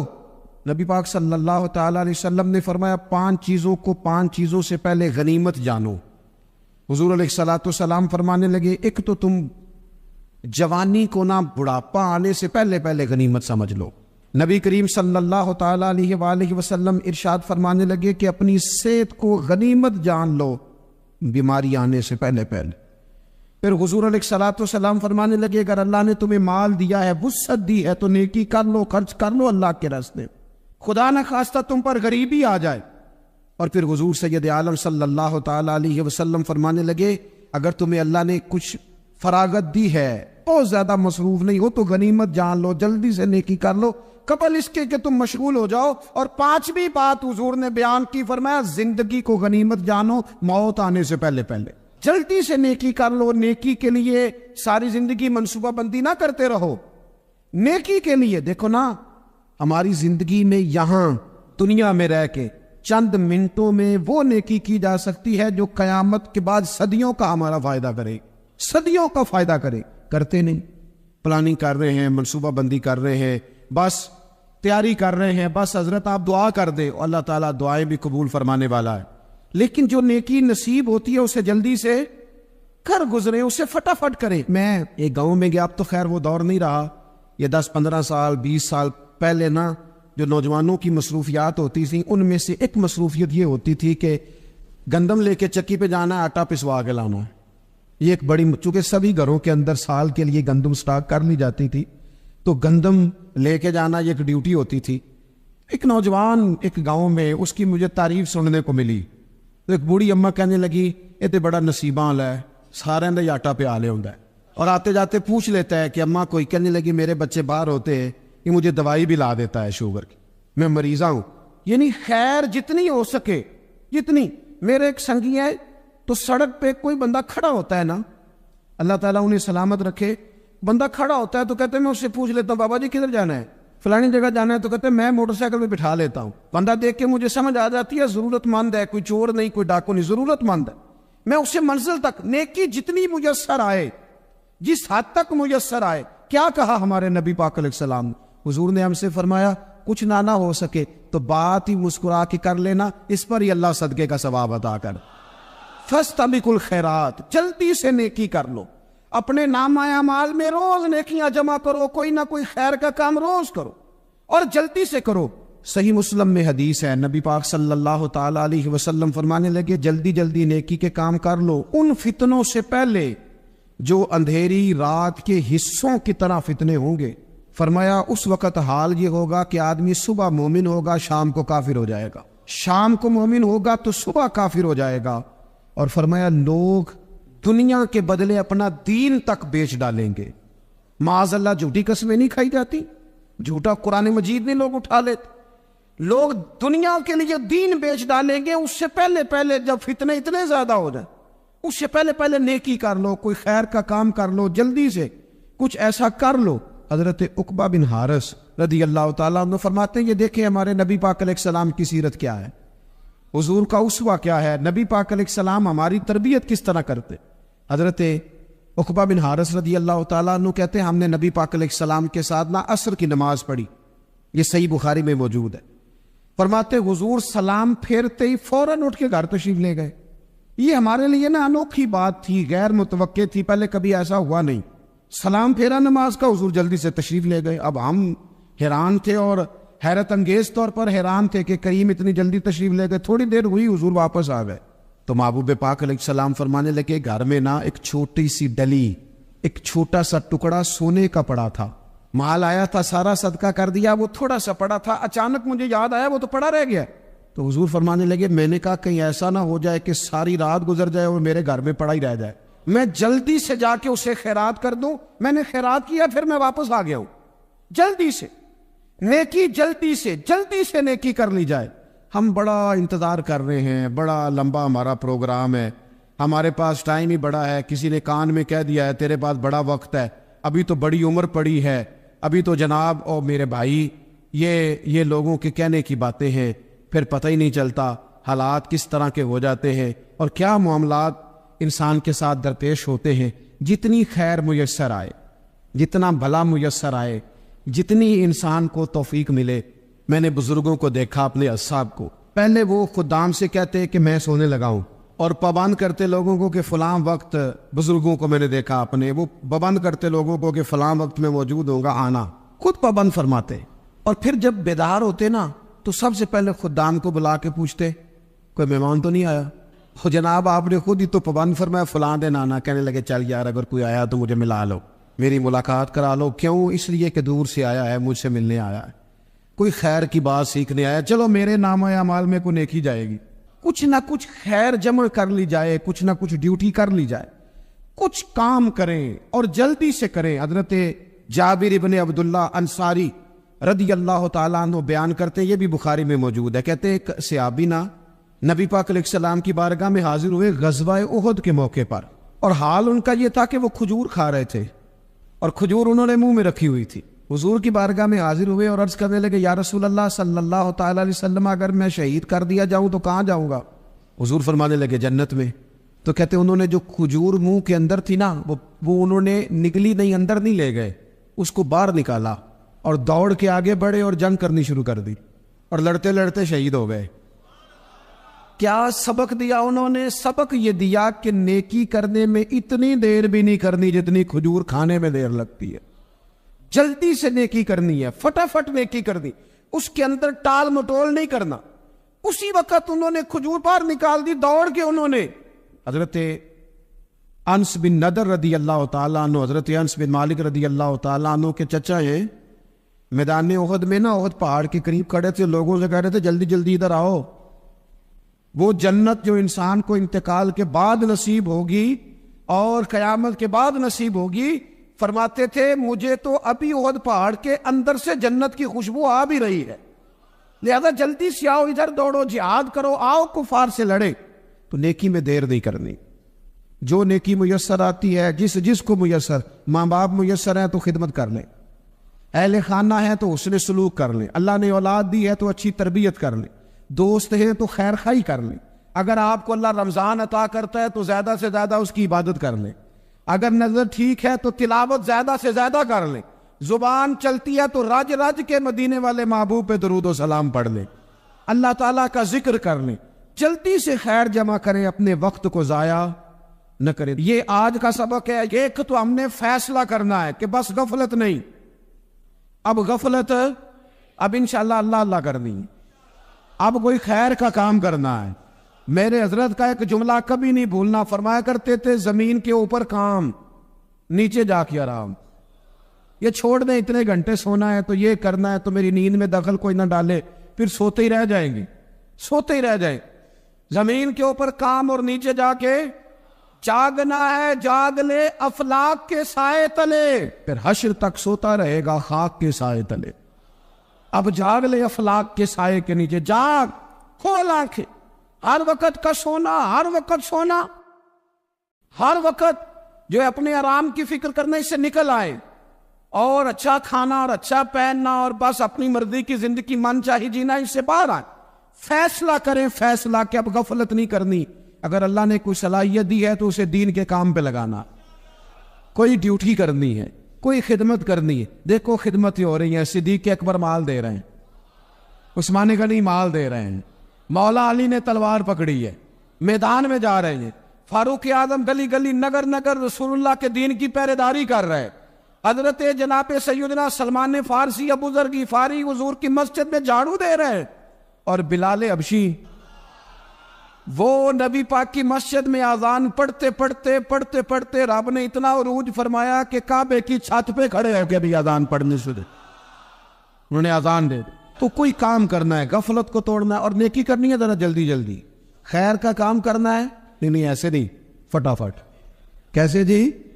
فٹافٹ۔ اللہ کے حبیب علیہ الصلوۃ والسلام کو اچانک ایک صحابی نے دیکھا اور فوراً عرض کرنے لگے، یا رسول اللہ میرے ماں باپ قربان ہو، چہرے پر نکاہت بڑی ہے، کمزوری ہے، کیا وجہ ہوگی؟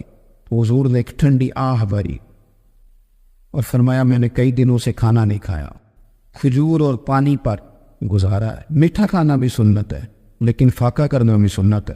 اپنی مرضی کی سنت ادا کر لینا یہ تو بڑا آسان کام ہے، لیکن میرے بھائی شریعت اسلامیہ میں جو چیز غالب رہی ہے اس پر بھی کبھی کبھی ذوق کرے۔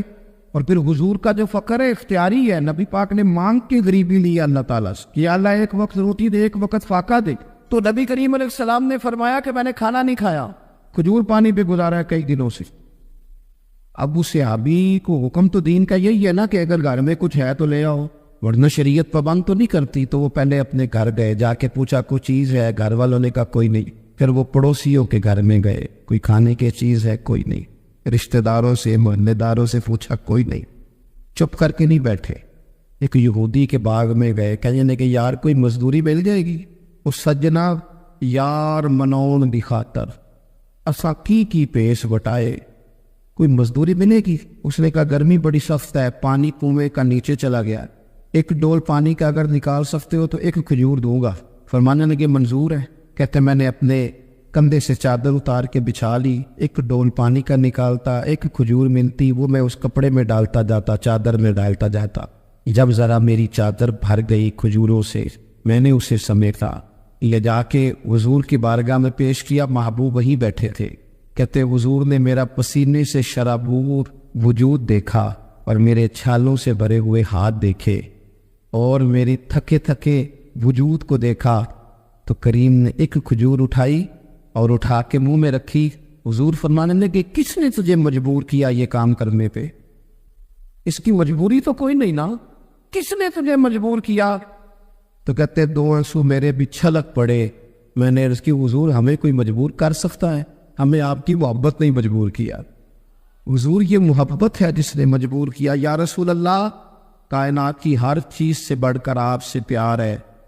یہ غریب آدمی، سادے لوگ ہیں، یہ بہت مہنگے تحائف لانے کی ظاہری پوزیشن میں نہیں ہے، لیکن دیکھو نا اظہار محبت کے معاملے میں کتنا بڑا دل رکھتے ہیں۔ یا رسول اللہ صلی اللہ تعالیٰ علیہ وسلم، آقا محبت نے مجبور کیا، وہاں انعام نہیں ملا، ظاہری طور پر جو انعام ہوتے ہیں وہ نہیں، اس کا نہیں حضور نے اعلان کیا۔ حضور فرمانے لگے سن پھر، اگر تو مجھ سے محبت کرتا ہے تو فقر و فاقے کی تیاری کر، مصیبت کے لیے تیاری کر۔ اگر جو مجھ سے محبت کرتا ہے اس کی طرف تو مصیبتیں دوڑ کے آیا کرتی، پھر تو تیاری رکھ، پھر تو سہنا سیکھ، پھر دل بڑا کر، کشادہ کر، پھر دیکھ تجھے آزمائشیں آئیں گی، زخم پہ زخم کھا کے جی، خونے جگر کے گھونٹ پی، آہل کر اب لبوں کو سی، یہ عشق ہے کو دل لگی نہیں۔ یہ کوئی ایسی تھوڑی ہے کہ تیری دل لگی تھی اور تو دو باتیں کار سن کے تو چلا گیا، یہ عشق ہے کوئی دل لگی نہیں۔ تو حضور کو جس انداز میں صحابہ نے چاہا، جس طرح انہوں نے نبی پاک سے محبت کی، اپنی ساری توجہات کا مرکز ذات رسالت کو بنایا، حضور کی رضا کو ہر معاملے میں مقدم جانا ہماری ذمہ داریاں ہیں کہ ہم بھی اپنے محبوب کے لیے اپنے جذبات کو کشادہ کریں، اپنے دل میں وہ ساری باتیں پیدا کریں جس کی بنیاد پر ہمارا بھی ایمانی رشتہ نبی کریم سے مضبوط ہو سکے۔ حضرت ابو بصیر رضی اللہ تعالیٰ عنہ، نبی پاک صلی اللہ علیہ وسلم نے طے کر لیا کفار کے ساتھ حدیبیہ کی جنگ ہوئی تو فرمایا اگر کوئی مسلمان مکے چلا جائے گا تو کافر کہنے لگے ہم واپس نہیں کریں گے، اور اگر کوئی کلمہ پڑھنے والا ستایا ہوا مسلمان مدینے آئے گا تو مسلمانوں کو واپس کرنا پڑے گا۔ مسلمان اپنا بندہ نہیں رکھ سکتا، اور مسلمانوں کا کچھ شخص غلطی سے بھی مکے چلا گیا تو مکے والے واپس نہیں کریں گے۔ حضرت ابو بصیر رضی اللہ تعالیٰ عنہ صحابی تھے، باپ نے، بھائی نے، محلے والوں نے قید کیا ہوا تھا کلمہ پڑھنے کی وجہ سے، کسی طریقے سے جیل توڑ کے دوڑے مدینے پہنچے۔ کہتے ہیں رستے میں کسی آدمی کے ساتھ گھوڑے پہ کچھ دیر بیٹھا، پھر پیدل چلا۔ صحابہ کہتے ہیں اتنا دردناک منظر بڑا کم ہم نے دیکھا۔ ابو بصیر جس گلی سے گزرتے وہاں خون پھیل جائے، ان کی ٹانگیں خون سے کچتی، وہ زنجیریں بندھی ہوئی، در رسول پہ حضور میں بھاگ کے آیا ہوں۔ کہتے ابھی نبی پاک صلی اللہ علیہ وسلم ان کی بات سن ہی رہے تھے کہ پیچھے سے قریش کے 2 سپاہی بھی آ گئے، کہنے لگے یہ بھاگ کے آیا ہے اور آپ کا وعدہ تھا کہ آپ واپس کریں گے۔ چشم زدن میں ذرا سوچنا، چشم زدن میں تھوڑی دیر کے لیے غور کرنا کہ ہمیں ہمارا استاد، ہمارا پیر دھتکار دے کہ جا دوڑ جا، تو کہتے ہیں بسم اللہ جناب یہ جا رہے ہیں۔ ایمان کی پختگی دیکھیں، اس نے تو ہمیں نکال ہی دیا جی، وہ کیسا بندہ ہے، یا تو کسی کے یہاں کوئی فاتحہ پڑھنے نہ جائے تو لوگ بگڑ جاتے ہیں۔ کہتے ہیں اس نے سلام بھی نہیں، فاتحہ نہیں پڑھی، بس ختم، اس کو احساس ہی نہیں۔ حضرت سیدنا ابو بصیر سامنے کھڑے، سامنے 2 سپاہی آ گئے، ذرا دیکھیے ایمان کی پختگی، ایمان، یقین اور استقامت۔ امام بیکی نے دلائل کے اندر لکھا ہے، فرماتے ہیں نبی کریم صلی اللہ علیہ وسلم نے ان کی طرف دیکھا تو حضور کی مقدس آنکھیں آنسوؤں سے بھر گئی۔ حضور نے فرمایا ابو بصیر تیری تکلیف مجھے نظر آ رہی ہے، پر میں نے وعدہ کیا ہوا ہے، میں نے وعدہ، بھائی یہاں ڈٹ کے رہنا بڑا مشکل ہے، یہاں قائم رہنا بڑا کٹھن مرحلہ ہے، یہاں آزمائش کے موقع پر دین پر انہوں نے تو رکھا ہی نہیں، لوگ تانے دیتے ہیں، باتیں کرتے، رکھا ہی نہیں، تو پھر ان کا بنتا ہے۔ حضور نے فرمایا تجھے جانا پڑے گا۔ صحابہ کہتے ہیں پورے مدینے میں ایسے تھا جیسے سوگ کا سما ہو۔ جب وہ 2 سپاہی حضرت ابو بصیر کو پکڑ کے لے جا رہے تھے تو وہ پلٹ پلٹ کے پیچھے دیکھتے تھے، پلٹ پلٹ، پیروں میں خون ہے، آنکھیں آنسوؤں سے بھری ہوئی۔ فرماتے ہیں جب وہ پلٹ رہے تھے تو مدینے کی گلیاں بھی رو رہی تھی۔ میرے نبی پاک جب وہ آنکھوں سے اوجھل ہو گئے تو حضور بیٹھ گئے زمین پہ، نبی پاک نے رونا شروع کر دی، فرمایا اللہ تو نے اس شخص کی مدد فرمانی ہے، اس پر کرم کرنا ہے، اللہ اس کا خیال فرمانا، اس کے لیے دعا کی، حضور روئے۔ حضرت ابو بصیر باہر نکلے تو وہ جو کافر تھے نا وہ کہنے لگے تو بڑا بنتا تھا ان کا، انہوں نے مجھے رکھا نہیں، تجھے رکھا بھی نہیں۔ تو حضرت ابو بصیر نے تھپڑ مارا منہ پہ، کہنے لگے میں وہ نہیں جو تھوڑی سی بات سے بدل جاؤں، ایمان، یقین اور استقامت کی دولت ملی ہوئی ہے۔ آپ فرمانے لگے میرا تو ایمان اور پختہ ہو گیا ہے کہ میرا نبی اپنے وعدوں کا بڑا پابند ہے، میرا رسول اپنے وعدوں کا بڑا پابند ہے۔ حضرت ابو بصیر کہتے ہیں مدینے کی سرحد گزر گئی تو میں نے کھینچی تلوار، ان میں سے ایک سپاہی، اب آؤ میرے مقابلے میں جس نے آنا ہے، ایک کو مارا، دوسرا بھاگ گیا۔ فرماتے ہیں میں مکے جا نہیں سکتا تھا، جاؤں گا تو وہ زیادہ ماریں گے۔ مدینے حضور نے قبول نہ فرمایا۔ فرماتے ہیں ایک جنگل میں جا کے العیس نام کی ایک بستی تھی، وہاں ڈیرا لگا لیا، دریا کے کنارے، پانی پی لیتا، پتے کھا لیتا، تن تندور ڈالدا بالن تے اسی آوا نال تپایا، کپ کپ مکیاں پیڑے کیتے تے اتو صبر پلے تلایا، تن دی آنڈی تے من دا سالن اتے لون صبر دا پایا، غلام فریدا وے میں ساری تیری، غلام فریدا وے میں ساری تیری، تینوں اجے یقین نہیں آیا۔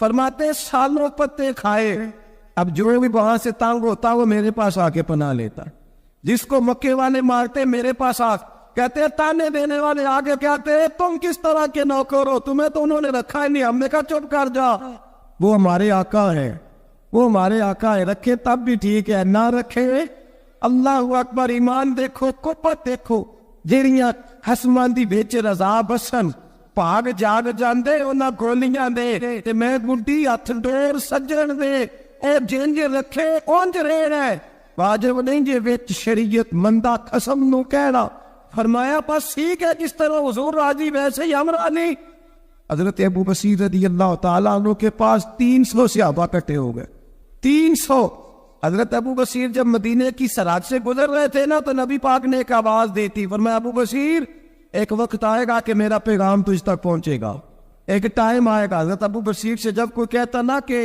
زندہ کس بات پہ ہو تو فرمانے لگے مصطفیٰ کے فرمان پہ بڑا یقین ہے بلاوا آئے گا مجھے بلاوا مجھے یقین ہے کہ مجھے بلاوا بڑی امید ہے سرکار قدموں میں بلائیں گے اور کرم کی جب نظر ہوگی مدینے مجھے یقین ہے کہ مجھے بلاوا حضرت ابو بصیر رضی اللہ تعالیٰ عنہ فرماتے ہیں کہ وقت گزرتا گیا 300 لوگ اکٹھے ہو گئے جب کوئی مسلمانوں کا قافلہ مکے کے پاس سے گزرتا تو مکے والے لوٹ لیتے تھے حضور نے بھی اجازت دی مدینے والوں کو اگر ان کا قافلہ کوئی آئے تو انہیں بھی حملے کی اجازت ہے کفر کا مال مال غنیمت ہے حضرت ابو بصیر کہتے ہیں جب بھی ہمارے قریب سے وہ رستہ تھا شام کی طرف جانے کا جب بھی کافر گزرتے ہم ان کے قافلے پکڑ لیتے لوٹتے ہم بھی ان کو اس طرح کی سزا دیتے جو مسلمانوں کو دیتے تھے فرماتے ان کا جینا محال ہو گیا ہاتھ باندھ کے نبی پاک کی بارگاہ میں گئے کہنے لگے یہ شرک ختم فرما دیں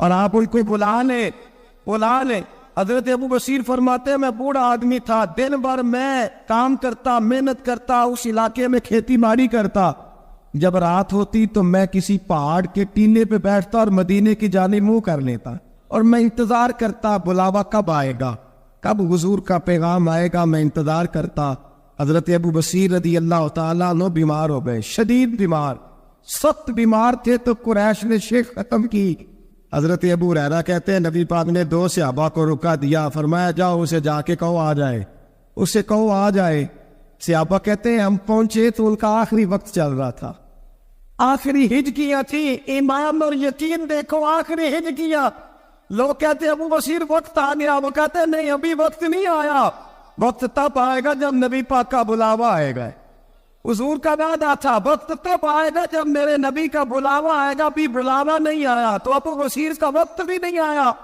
صحابہ کہتے ہیں ہم نے جا کے رکا تھمایا اٹھنے کی بھی طاقت نہیں تھی جب حضور کا رکا لیا نا تو دونوں یوں مٹھیاں بند کر لی گویا جھوم جھوم کے نعرے لگانے لگے آؤ دیکھو میرے نبی کے وعدے کتنے سچے ہیں آؤ دیکھو حضور کے وعدے چونتے حضور کا نامہ سر پہ رکھتے سینے سے لگاتے اور کہتے ہیں پھر بلند آواز سے کلمہ پڑھنے لگے کہنے لگے حضور میں حاضر ہوا یا رسول اللہ میں آیا کہتے بلند آواز سے کلمہ پڑھا اور ان کی روح پرواز کر گئی نبی رحمت صلی اللہ علیہ وسلم کے غلاموں کا یقین اعتماد اتنے اعلیٰ درجے ایک صحابی حضرت خزیمہ رضی اللہ تعالیٰ ابو داؤد شریف میں حدیث موجود ہے نبی پاک علیہ السلام نے ایک یہودی سے گھوڑا خرید لیا حضور نے فرمایا آ میرے ساتھ میں تمہیں پیسے دیتا ہوں اللہ کے محبوب تھوڑا آگے تشریف لے گئے یہ ذرا تھوڑے فاصلے پہ پیچھے آ رہا تھا راستے میں لوگوں نے اس کو کہا کہ تو نے تو سستا بیچ دیا ہے گھوڑا تو مہنگا ہے قیمت زیادہ لگا دی یہ مکر گیا محبوب کریم علیہ السلام نے پیسے تمہارے پیسے لو گھوڑا دو کہنے لگا کون سا گھوڑا میں نے تو بیچا ہی نہیں اب جب سوتا ہوا تھا گھوڑے کا تو حضور تھے یا وہ یہودی تھا تیسرا شخص ہی کوئی نہیں تھا کون سا گھوڑا کیسا گھوڑا اپنا حق چھوڑ دینا یہ بھی بعض اوقات بزدلی ہوتا ہے نبی کریم علیہ السلام نے فرمایا بھائی تو کیسے مکر سکتا ہے جب تیرا میرا سودا طے ہوا ہے جب ایک مخصوص رقم پر تو نے اسے بیچ دیا ہے تو مکر کیسے سکتا ہے تو پیسے لے اور گھوڑا دے اب جب تھوڑی سی بات تکرار میں آئی تو کچھ لوگ وہاں جمع ہو گئے مسلمان یہودی اور بھی کئی لوگ وہ یہودی کہنے لگا جی آپ اس طرح کریں ایک گواہ دے دیں میں زیادہ نہیں مانگتا ایک دے دے ایک بندہ کہہ دے کہ یہ گھوڑا میں نے بیچا ہے اور آپ نے خریدا ہے تو میں آپ کے حوالے کر دوں گا وہاں بندہ کوئی دوسرا موجود ہی نہیں تھا تو گواہ کسے پیش کیا جائے حضرت خزیمہ رضی اللہ تعالیٰ عنہ نبی کریم کے صحابی ہے فوراً بولے وہ بھی لوگوں کی باتیں سن کے وہاں آئے تھے فوراً بولے کہنے لگے یا رسول اللہ میں دیتا ہوں گواہی دوڑ کے آگے آئے کہنے لگے جی میں گواہی دیتا ہوں کہ آپ نے گھوڑا خریدا ہے یہودی نے بیچا ہے اب اس نے کہا تھا ایک بندہ کہہ دے تو میں دے دوں گا اس کی شرط پوری ہو گئی حضور نے پیسے اس کے ہاتھ میں دیے اس نے گھوڑا محبوب کے دستے مبارک میں لگام تھمائی حضور تشریف لے گئے، غلام کو دیا، گھوڑا گھر چلا گیا۔ نبی کریم نے حضرت خزیمہ سے کہا خزیمہ ایک بات تو بتا، تو تھا ہی نہیں اور تو نے بن دیکھی گواہی کیسے دے دی؟ تو حضرت خزیمہ رضی اللہ تعالیٰ عنہ کہنے لگے یا رسول اللہ یہ تو زمین کی خبر ہے نا، میں نے تو آسمان کی چیزیں بھی نہیں دیکھی، آپ نے کہا ہے تو میں مان گیا ہوں، تو میں تو آسمانی خبریں مان گیا، میں تو جنت آپ کے کہنے پہ مان گیا، میں تو دوزخ آپ کے کہنے پہ مان گیا، میں تو فرشتے آپ کے کہنے پہ مان گیا، میں تو قیامت کی ساری باتیں آپ کے کہنے پہ مان گیا۔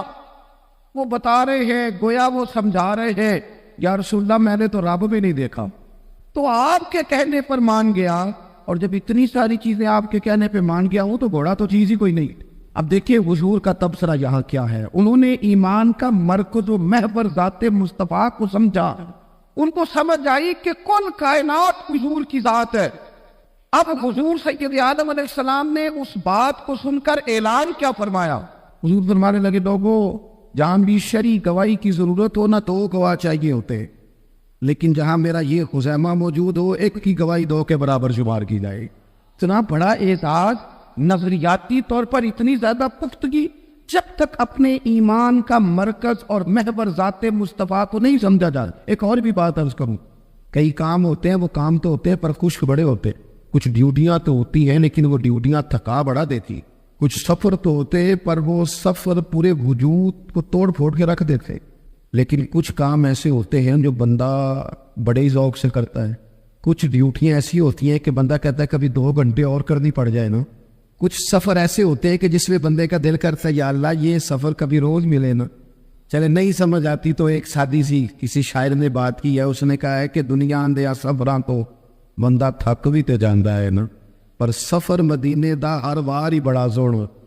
کچھ سفر تھکاتے نہیں نا، کتاکٹ نہیں ہوتی، کچھ چیزیں انسان ذوق سے کرتا ہے، اس کی طبیعت اگر نبی پاک علیہ السلام کی ذات کے ساتھ دل کی قلبی وابستگی ہو جائے، دین کا کام تھکاوٹ پیدا نہیں کر، مسجد کی حاضری بوجھ نہیں بنتی، انسان کے لیے کوئی بھی خیر کا کام کرنا مشکل نہیں ہوتا، اس کا وجود ڈھل سا جاتا ہے، اس کی طبیعت اس طرح کی ہو جاتی ہے کہ جیسے سارے نور سے ہو کر آ۔ شرط یہ ہے کہ کامل محبت ہو۔ آج کل ڈھیروں لوگوں کو دعویٰ ہے حضور کی محبت کا، ڈھیروں لوگوں، اور بالکل ٹھیک ہے، ہونا بھی چاہیے، لیکن اپنے آپ سے پوچھ لینا چاہیے اچھی طرح سے، ہمیں اچھی طرح سے غور کر لینا چاہیے کہ شہرت زیادہ پیاری ہے کہ حضور، یہ ہمیں غور کرنا چاہیے۔ ہمیں غور کر لینا چاہیے کہ دولت زیادہ پیاری ہے کہ نبی پاک علیہ السلام کی ساتھ۔ ہمیں غور کرنا چاہیے کہ برادری اور قبیلے کی رسمیں زیادہ پیاری ہیں یا حضور کے دین کی بات زیادہ پیاری۔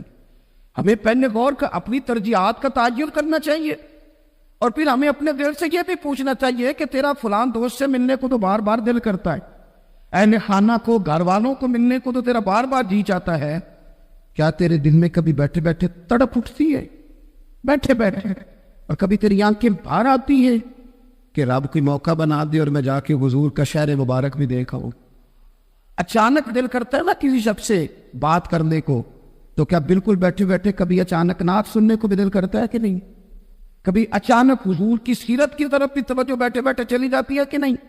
دیکھیں کوئی بندہ بھی انکار نہیں کرے گا جب کسی سے کہا جائے گا کہ مجھے حضور علیہ السلام سے بڑی محبت ہے، لیکن آپ کو کس سے محبت ہے، آپ کس سے پیار کرتے ہیں، یہ صرف آپ کو ہی پتا ہوتا ہے۔ میں کس سے محبت کرتا ہوں، میرے دل میں کس بندے کے لیے کتنی گنجائش ہے، یہ سامنے والا نہیں ماپ سکتا، یہ صرف میں ہی ماپ سکتا ہوں، کیونکہ دل جو میرا ہے، یہ باطنی کیفیات میری ہے۔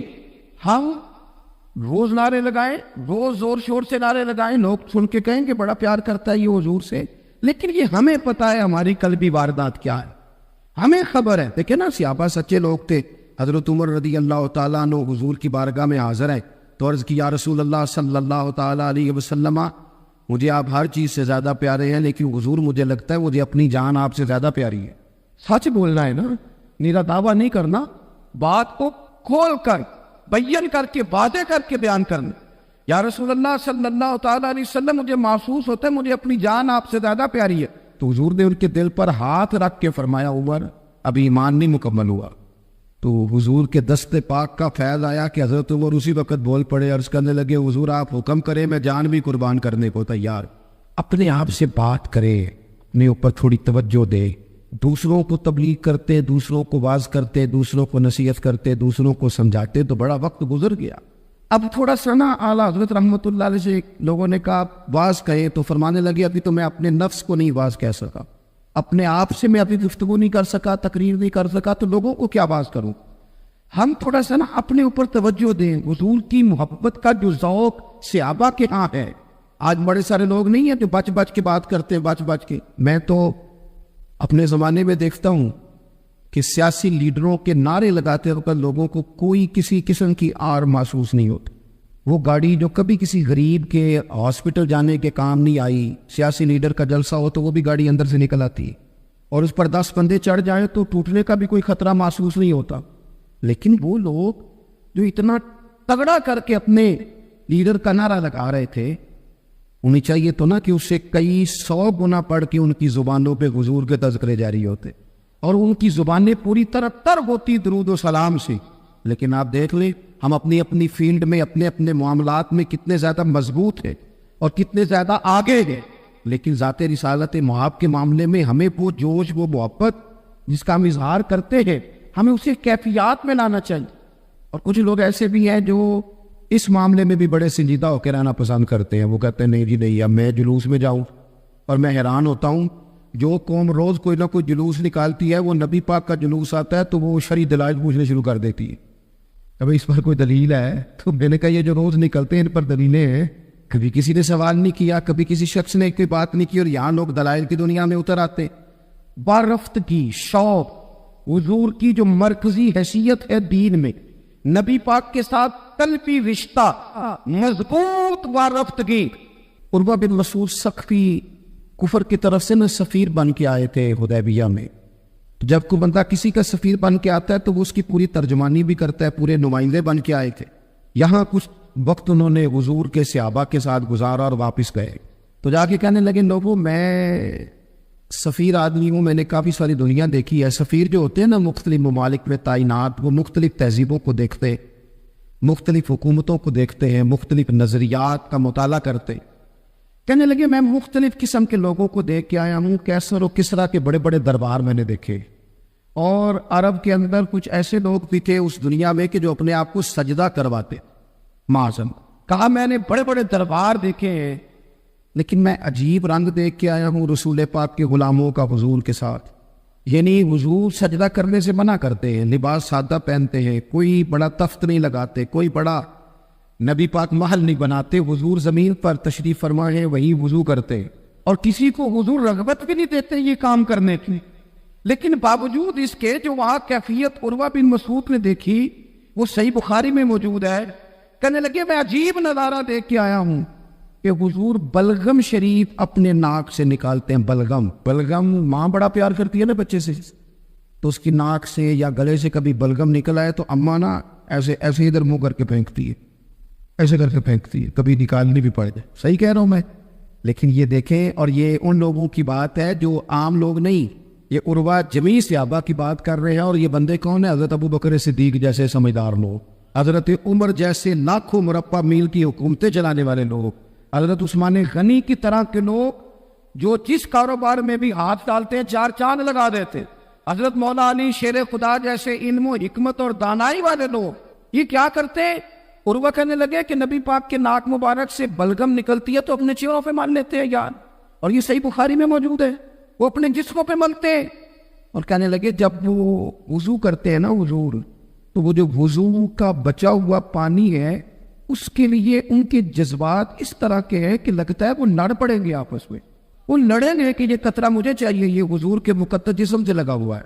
اور میرے امام کو تو پھر بات کیا نہیں آتی ہے نا، اعلیٰ حضرت فرماتے جو حضور کے قدموں سے لگ کے دھون بن جائے نا وہ تو آب حیات ہوتا ہے، وہ پی لینے والے تو مرتے ہی نہیں، وہ لوگ تو باطنی طور پر ہمیشہ زندہ رہتے ہیں۔ کہتے ہیں جس کے قدموں کا دھون ہے آب حیات ہے، وہ جانے مسیحا ہمارا نبی، اور جس کی 2 بوند ہے کوثر و سلسبیل ہے، وہ رحمت کا دریا۔ عروہ کہنے لگا وہ تو لڑ پڑیں گے۔ اور تیسرا عروہ کہنے لگا میں نے عجیب منظر وہاں دیکھا ہے کہ حضور کوئی حکم کرتے ہیں تو ہر بندہ پہل کرتا ہے، جلدی کرتا ہے حکم ماننے، تیزی دکھاتا ہے۔ اور تیسرا میں نے یہ دیکھا ہے جب حضور گفتگو کرتے ہیں تو ان پر اس طرح کا روب طاری ہوتا ہے کہ وہ تو نظر بھر کے حضور کا چہرہ بھی نہیں دیکھ. کہنے لگا یہ کیفیات میں ان لوگوں کی دیکھ کے آیا ہوں جو اپنے حبیب سے اتنی محبت کرتے ہیں. وہ کبھی بھی حضور کے دین کا جھنڈا نیچے نہیں آنے دیں. وہ کبھی بھی کسی کفر کی نفاق کی سازش کو آگے نہیں بڑھنے دیں گے. تو کافر تو کل بھی اس بات کا اظہار کر رہا تھا کہ ہمیں جو ڈر لگتا ہے مسلمانوں سے وہ اس بات سے لگتا ہے یہ اپنے نبی کے ساتھ بڑے جڑے ہوئے, ان کا رشتہ حضور کے ساتھ بڑا مضبوط ہے. اور امت سوال جواب کر رہی ہے. امت ترازو لے کے بیٹھی ہے کہ اتنا علم تھا معاذ اللہ اور اتنا نہیں تھا, یہ کر سکتے تھے اور یہ نہیں کر سکتے. ان کو یہ کہنا چاہیے اور یہ نہیں کہنا چاہیے. بھئی یہ تو ہمارے بزرگ پرانا فیصلہ کر گئے. وہ کہتے ہیں بعد از خدا بزرگ تو ہی قصہ مختصر, اور حضور رب کے بعد سب سے بڑے ہیں, یہی مختصر قصہ ہے. تو حضور سید عالم کے ساتھ جو قلبی وابستگی ہے, نبی کریم علیہ السلام نا مدینہ شریف میں جب ہجرت کر کے تشریف لے گئے تھے تو حضرت ابو ایوب انصاری رضی اللہ تعالیٰ عنہ کے گھر میں حضور نے قیام فرمایا تھا. ہمارے پاس بہت ساری چیزیں ایسی ہوتی ہیں جن کی طلب بڑی ہوتی ہے, لیکن جب وہ حاصل ہو جاتی ہیں پھر ان کی طلب نہیں رہتی. ایک چیز آپ کے پاس ہمیشہ رہنے لگ جاتی ہے پھر اس کے ادب اداب زیادہ نہیں رہتے. یہ ایک مزاج ہے. عام آدمی, چلے میں اپنی بات بتاتا ہوں آپ کو, عام آدمی جو ہوتا ہے نا وہ قرآن شریف کے غلاف کو بھی چونتا ہے, پھر قرآن پاک کو بھی چونتا ہے, پھر وہ بڑے احترام سے کھول کے رکھتا ہے. لیکن ہمارے مدارس میں جو حافظ ہوتے ہیں وہ نہیں زیادہ چومتے, ان کے پاس رہتا ہے نا ہر وقت, وہ لا کے رکھتے, ادب کرتے ہیں, کوئی بے ادبی نہیں کرتے, اللہ معاف کرے. لیکن جس طرح سے عام آدمی اس کو بار بار چومتا ہے یا ذوق کا اظہار کرتا ہے, دیکھیں حافظ بیچ بیچ میں سے ناراض ہونے لگ گیا مجھ سے. آپ ناراض نہ ہو لیکن چلو بات کر تو لینے دو نا جو ٹھیک ہے, وہ کر تو لینے دو. یہ ہوتا ہے بعض اوقات جو چیز بالکل قریب آ جاتی ہے نا, یعنی ایک چیز آپ کا مقصود ہے اور اگر وہ مقصود مل گیا تو وہ جو درویش لکھا تھا نا کہ یہی بہتر ہے کہ پردوں میں وہ پردہ پوش رہے, اس کی بھی بڑی حکمتیں ہوتی ہیں. اس لیے کہ جو تڑپ, ملنے کی تڑپ کی جو لذت ہے وہ کئی دفعہ وصال کی لذت نہیں ہوتی. تو یہی بہتر ہے کہ پردوں میں وہ پردہ پوش رہے, اور وہ اگر پردے ہٹا دے تو پھر کسے ہوش رہے. جب آپ کو وہ چیز میسر آ جاتی ہے تو پھر اس کی قدر. اسی لیے حضرت عمر فاروق رضی اللہ تعالیٰ عنہ کا یہ طریقہ تھا کہ جب لوگ حج کر لیتے تھے نا تو فرماتے تھے حج ہو گیا اب اپنے اپنے گھر جاؤ, زیادہ دیر نہ رہو حرم شریف کے, زیادہ دیر رہو گے تو قدر نہیں کرو, اب جاؤ. بڑی دلچسپ ہوتی ہے بے ترتیب ملاقاتیں. کبھی کبھی ملنے میں ذوق زیادہ ہوتا ہے, لطف زیادہ ہوتا ہے, طمانینت زیادہ ہوتی. حضرت ابو ایوب انصاری کہتے ہیں مجھے مقصود مل گیا, کرم ہو گیا, میں منتظر تھی, میری روح میری نظر کے حضور میرے گھر تشریف لائیں, حضور آ گئے, کرم ہو گیا, رحمت ہو گئی. اب ایسا نہیں ہے کہ ان لوگوں کو مقصود مل گیا ہے تو بس بات ختم ہو گئی. اب وہ سمجھ گئے کہ میرے تو گھر آ گئے تو میرے لیے تو ساری بات ہی کھل گئی ہے.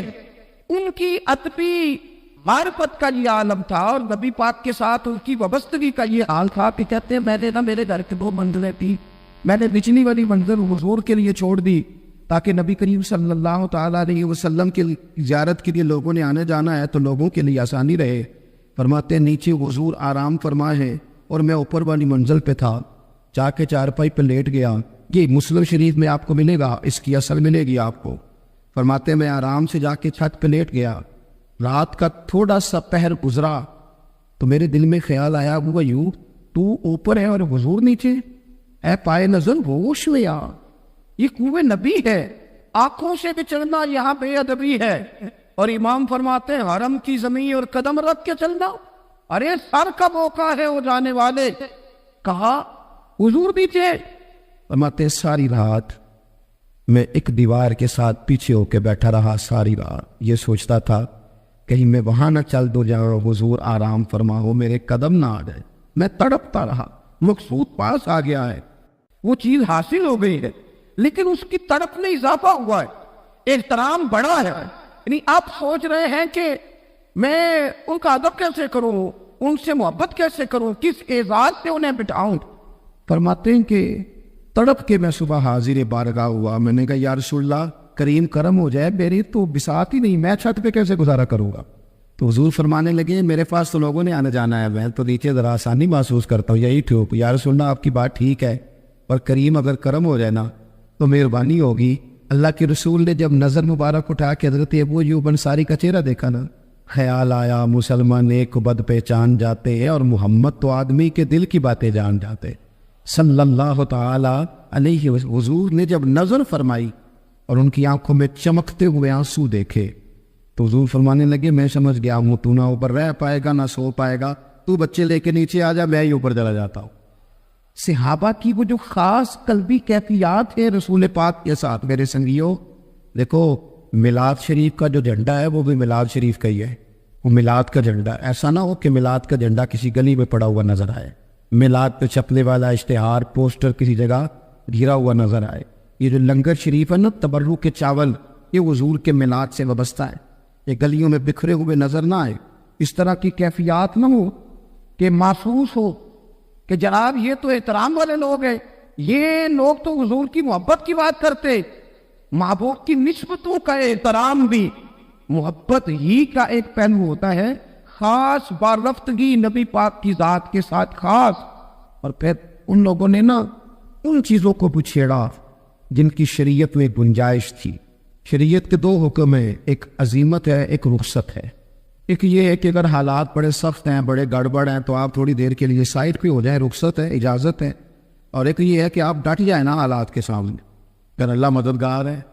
ایک یہ ہے کہ گنجائش ہے، اور ایک یہ ہے کہ دل نہیں میرا مانتا، میں گنجائش کا کیا کروں، میری طبیعت نہیں مانتی۔ چلے ایک بات اور کھول دیتے، ایک ہوتا ہے حکم، ایک ہوتی ہے رضا، ان دونوں میں فرق ہوتا ہے۔ وہ جی میں نے حضرت صاحب سے کہا جی مجھے اجازت ہے میں جاؤں، انہوں نے کہا جاؤ، میں چھٹی لے کے آیا ہوں۔ بھائی آپ نے چھٹی مانگی تھی، حضرت نے دے دی، استاد جی نے دے دی، یہ تو حکم ہے، لیکن تمہیں بھانپنا چاہیے تھا نا ان کی مرضی کیا ہے، ان کی رضا کیا ہے۔ رضا تو اس طرح کی ہوتی ہے کہ مکتب عشق کا دستور نرالا دیکھا، اس کو چھٹی نہ ملی جس نے سبق یاد کیا۔ میرا ایک دیہاتی ماحول سے تعلق ہے، ہمارے سرکاری اسکولوں میں نا ایک مانیٹر بنا دیتے تھے، جو بچہ لائق ہوتا تھا نا وہ مانیٹر بن جاتا تھا، حالانکہ لائق ہوتا تھا، سیانا ہوتا تھا، لیکن مانیٹر بن کے نا اس کی ذمہ داری بڑھ جاتی تھی، پھر اس کو کنجیاں مل جاتی تھی، اسی نے سب سے پہلے آنا ہے، اس نے سب سے بعد میں جانا ہے، ہر چیز اس کے سپورٹ۔ پیار جو زیادہ کریں ان کی ذمہ داریاں بھی زیادہ ہوتی۔ یہ کیا بات ہوئی کہ میری محبت زیادہ ہے تو میں مسجد میں غیر حاضر ہوں، میں حضور کا میلاد شریف زیادہ مناتا ہوں تو میں نے سنت شریعت کو اپنایا ہی نہیں۔ محبت مجھے حضور سے زیادہ ہے، لیکن حضور نے جو حقوق العباد ادا کرنے کا سبق پڑھایا ہے اس پر میری توجہ ہی نہیں۔ بھئی اگر آپ کا پیار زیادہ ہے تو پھر آپ کی ذمہ داری بھی زیادہ ہے، پھر آپ کو زیادہ حساس ہونا چاہیے۔ حضرت ام شریح کہتی ہے میں عورتوں کو بلاتی، کہتی میری بات سنو، جب وہ قریب آتی تو میں نے نبی پاک کا دین بتاتی، سائیڈ پہ کر کے کونے میں نہ تھوڑا او یار آپ ذرا اس کا لطف تو لے، اس کا ذائقہ تو دیکھے۔ حضرت ام شریح کہتی ہے میں گھر گھر جاتی بتاتی، کافروں کو پتہ چل گیا کہ یہ تبلیغ کرتی ہے، انہوں نے مجھے بلایا، کہنے لگے تیرے برادری اور قبیلے کا مسئلہ نہ ہوتا ہم تجھے قتل کر دیتے، اب ہم تجھے واپس بھیجتے ہیں۔ چند مردوں کو میرے ساتھ کیا، مجھے گھوڑے اور اونٹ کی ننگی پشت پر باندھ لیا۔ ننگی پشت پر لمبا سفر کرنا مشکل ہوتا ہے، پسینہ آئے، بڑی تکلیف ہوتی ہے گھوڑے پر بیٹھ، اب وہ کوئی کجاوا نہیں، کوئی چیز نہیں، اسی طرح باندھ کے لے گئے۔ اور فرماتی ہے کہ 3 دن اور 3 راتوں کا وہ سفر تھا، رستے میں وہ خود چھاؤں میں بیٹھتے اور مجھے باندھ کے دھوپ میں ڈال دیتے۔ 3 دن میں نے زمین پر چلنے والی کسی چیز کی آواز نہیں سنی، لیکن وہ جب نبی پاک کے دین کی بات پوچھتے تو میرا کلیجہ خوشی کے ساتھ ٹھنڈا ہو جاتا، آنکھیں کھل جاتی اور میں کہتی کیا بات ہے میرے نبی پاک کے دین کی۔ اس کیفیت میں بھی وہ تبلیغ کی لذت اپنی جگہ موجود۔ حضرت ام شریح رضی اللہ تعالیٰ عنہ فرماتی ہے کہ جگہ انہوں نے مجھے لٹا دیا باندھ کر، پیاس بڑی شدید تھی، پانی پینے کو دیتے نہیں تھے، روٹی کھانے، یہ ایک عورت کی بات کر رہا ہوں، یہ خاتون کی بات کر رہا ہوں۔ آج کل تو ہمارے بچے شام کو سالن ٹھیک نہ پکا ہو تو موبائل توڑ دیتے ہیں، یہ قوم نہیں میدانوں میں جا سکتی، جہاد نہیں کر سکتی۔ خاتون کہتی ہے کہ شدید پیاس تھی اور مجھے باندھ کے لٹایا ہوا تھا، مجھے جب تکلیف بڑھ گئی تو اچانک میں نے دیکھا پانی کا ایک ڈول برآمد ہوا ہے، میں نے اسے تھوڑا سا پی لیا، پر طلب ابھی باقی تھی، وہ پھر آ گیا برتن، میں نے پھر پیا، طلب ابھی باقی تھی، پھر برتن آ گیا۔ امام ابو نعیم نے اس کو لکھا ہے حلیۃ الاولیاء میں، فرماتے ہیں تیسری دفعہ وہ پھر بھرا ہوا ڈھیر پورے کا پورا آ گیا، اب میں نے پیا بھی، اپنے کپڑوں پہ بھی چھڑکا۔ جب وہ سارے بیدار ہوئے تو مجھے آگے کہنے لگے کہ تو نے ہمارا پانی استعمال کیا ہے۔ فرماتی ہے پھر انہوں نے اپنے برتن دیکھے، مشکیزیں دیکھے تو بھرے ہوئے تھے، میرے قریب آگے کہنے لگے یہ پانی کہاں سے آیا؟ تو میں نے کہا تم ابھی میرا عقیدہ نہیں سمجھے، وہ میرے رب نے مجھے دیا ہے، میرے رب نے مجھے دیا۔ فرماتی مجھے باندھ کے لے جا رہے تھے، پر جب میری بات سنی نا تو بول کے کہنے لگی ہمیں سمجھ آ گئی ہے تیرا دین ہمارے دین سے بہتر ہے، تیرا عقیدہ ہمارے عقیدے سے بہتر ہے۔ اور ایک روایت میں یوں بھی ہے کہ وہ باندھ کے لے جا رہے تھے اور یہ کمال دیکھا تو کلمہ پڑھ کے مدینے والوں کے غلام بن گئے۔ صحابیات نے نا بڑا جم کے دین کا کام کیا، عقیدہ، پھر تبلیغ، پھر میدان جہاد۔ عورتیں جہاد میں جایا کرتی تھیں، وہ زخمیوں کو پانی پلاتی تھیں، مرہم پٹی کرتی تھی، پہلے اپنے جسم کے ساتھ بڑی بڑی پٹیاں لپیٹ کے لے جاتی، یا کسی زخمی کو ضرورت ہوتی وہ پٹیاں کرتی، اور اعصابی طور پر مضبوط رہ کے میدان کے اندر جہاد وہ بندہ کرتا ہے جو یقین کامل کی دولت جسے نصیب ہو، جسے پتا ہو کہ یہ میں مروں گا تو میرا مرنا رائے گا نہیں، اللہ مجھے شہادت کا درجہ عطا فرمائے گا۔ لیکن اگر یہیں سے بندہ اپنے آپ کو مطمئن نہ کر سکے تو میدان میں جائے گا۔ یقین کامل ہو، اگر ہو یقین کامل پیدا تو پھر کٹ جاتی ہیں زنجیریں، پھر انسان آگے مضبوطی سے آگے بڑھتا ہے۔ نبی پاک صلی اللہ علیہ وسلم جب جہاد کے لیے تشریف لے جاتے نا تو عورتوں پر کسی نہ کسی شخص کو نمائندہ بنا کے چھوڑ کے جاتے تھے۔ ایک دفعہ مولا علی شیر خدا کو بھی چھوڑ کے گئے، حضرت عبداللہ ابن مکتوم رضی اللہ تعالیٰ عنہ کو بھی ایک دفعہ چھوڑ کے گئے۔ ایک موقع پر نا حضور نے عورتوں کو ایک جگہ پہ چھوڑا پیچھے، تو وہ قلعہ تھا حضرت حسان بن ثابت رضی اللہ تعالیٰ عنہ، بڑا مضبوط قلعہ تھا۔ اس قلعے کے اندر خواتین ساری محفوظ کر کے ان کو وہاں بٹھا دیا گیا، حضور جہاد کے لیے چلے گئے۔ اب وہاں قلعے میں عورتوں کو اس لیے رکھا گیا تھا کہ یہاں یہودی بھی ہے، تو ایسا نہ ہو کہ ہم باہر لڑے تو وہ اندر سے کوئی شرارت کر دیں، لہذا عورتیں محفوظ رہیں۔ حضرت حسان بن ثابت رضی اللہ تعالیٰ عنہ کی ڈیوٹی تھی تلوار لے کے حفاظت کرنے کی، تو ایک یہودی آ گیا، وہ اب ٹو کرنے لگا، تجسس کرنے لگا کہ یہاں عورتیں ہیں تو کوئی مرد بھی ہے کہ دائیں بائیں دیکھنے لگا۔ حضرت صفیہ رضی اللہ تعالیٰ عنہ نے توجہ کی اور جناب حسان بن ثابت سے کہنے لے 1 منٹ لگا اس کی گردن مار دے، ایسا نہ ہو کہ یہ جا کے بتا دے، گردن اڑا دے۔ حضرت حسان بن ثابت ذرا تھوڑی کوشش کرنے لگے، ارادہ کرنے لگے، آگے بڑھنے لگے، تو ابھی وہ تیاری میں ہی تھے تو حضرت صفیہ رضی اللہ تعالیٰ عنہ خود نکلی پیچھے سے ہو کے، ذرا سا ایک ستون کے پیچھے چھپی، ہاتھ میں بڑا سا ڈنڈا پکڑا، وہ آپ کے قریب سے گزرنے لگا۔ تو یہ خاتون کی بات کر رہا ہوں، خاتون کی، کسی مرد کی ضرورت ہے عورت کو تنگ کر جائے؟ شرط یہ ہے کہ عورت کے اندر بھی تو غیرت ایمانی ہو نا، اس کے اندر بھی تو وہ قوت ہو نا، ایسا نہ ہو کہ وہ کمزور پڑ جائے۔ ہاتھ کے اندر ڈنڈا تھا، جب وہ یہودی پاس سے گزرنے لگا تو اللہ اکبر کہہ کہ بی بی نے اتنے زور سے مارا ڈنڈا، حضور کی پپھو نے ایک ہی ڈنڈا کھایا اور وہ زمین پہ ڈھیر ہو گیا۔ حضرت صفیہ نکلی اور جناب حسان بن ثابت سے کہنے لگی مجھے آتی ہے شرم، کیونکہ جب کسی کو مار دیا جائے تو اس کا مال مال غنیمت ہے نا کافر کا، اب اس کی زرہ اتارنی ہے، اس کی تلوار لینی ہے۔ فرمایا مجھے شرم آتی ہے، وہ مرد ہے، اس طرح کرو، مار میں نے دیا، سامان تم اتار کے لے آؤ۔ یہ قوت تھی مسلمان عورتوں کے اندر، یہ شوق تھا، یہ جذبہ تھا۔ ہمارے یہاں نا اور روز روز کی کمزوریاں، عورتوں کا روز آنسو بہانا اور جہاں بھی سنانا دکھ ہی سنانا، اس نے انہیں کمزور کر دیا۔ آپ کے ذہن پہ چیزیں سوار ہو جاتی ہیں نا، تو یہ جو مرد زیادہ رہتے ہیں نا عورتوں کے ساتھ، زیادہ وقت گزارتے، زیادہ داستانیں سنتے، ان میں وہ ساری چیزیں پیدا ہو جاتی ہیں۔ آپ نے ناراض نہیں ہونا، میں دعوے سے کہتا ہوں کہ جو جوان اپنی اماں کے اور ابا کے شکوے کرنے لگ جاتا ہے نا، اس نے 1.5 گھنٹہ باتیں سنی ہے بی بی کی، ایسے مفت میں نہیں شکوے کر رہا، اس نے ہلکا ہلکا کہیں جی جی بھی کیا ہے، تو تب یہ ساری کہانیوں نے جنم لیا۔ آپ جس کی صحبت میں بیٹھیں گے اس کا کچھ نہ کچھ اثر ہے، بلکہ عارف رومی تو کہتے ہیں کہ شیر کے بچے کو بکریوں میں چھوڑ دو، بکری بن جائے گا۔ شیر کے بچے کو بکریوں میں چھوڑو، وہ بکری ہے، اس لیے کہ شیروں کی صحبت بندے کو شیر بناتی ہے۔ تو جب بیٹھنا ہی نہیں ہے، باتیں سارا دن یہ والی سننی ہے، ہر وقت رہنا ہی اسی داستان میں، پھر کمزور باتیں، پھر اپنے ماضی کے دکھ، پھر پتہ نہیں کیا۔ آپ نے ناراض نہیں ہونا، میں بعض جوانوں کی باتیں سن کے میرا دل کرتا ہے کہ اسے کہوں یار تو کیا بات کر رہا ہے، اپنا قد دیکھ، تو اپنی عمر دیکھ، رب نے تجھے مرد بنایا ہے، تو کمال آدمی ہے، تو کھڑا ہو۔ اگر اس طرح امت مسلمہ کے نوجوان رہیں گے تو میدانوں میں کس سے نکلنا ہے؟ بات بات پہ رو جانا، بات بات پہ سہم جانا، حالات کے سہمے ہوئے لوگوں کو بتا دو حالات بدل جاتے ہیں، ایک جیسے نہیں رہتے۔ آپ کی طبیعت میں دلیری اور وقار ہونا چاہیے۔ حضرت اسماء بنت ابی بکر صدیق، حضرت صدیق اکبر رضی اللہ تعالی عنہ کی وہ صاحبزادی ہیں جو حضرت عائشہ کی بڑی ہمشیرہ ہیں۔ رات کو غار ثور میں مرد جاتے ڈرتے، آج بھی ڈرتے، اور جناب اسماء نبی پاک کی روٹی لے کے جایا کرتی. پھر اللہ نے ان کو بیٹا دیا، حضرت عبداللہ بن زبیر، یہ حضور کی پھپھی کے نواسے، حضرت زبیر بن عوام عشرہ مبشرہ سے آبی ہیں ان کے بیٹے، اور یہ وہ خوش بخت جوان ہے جس کو گٹی نبی پاک نے اپنے لعاب دہن سے عطا فرمائی. یزیدی فوجوں کے خلاف امام حسین کے بعد جو آدمی باقاعدہ مرتب فوج کے ساتھ میدان میں آئے وہ حضرت عبداللہ ابن زبیر ہیں.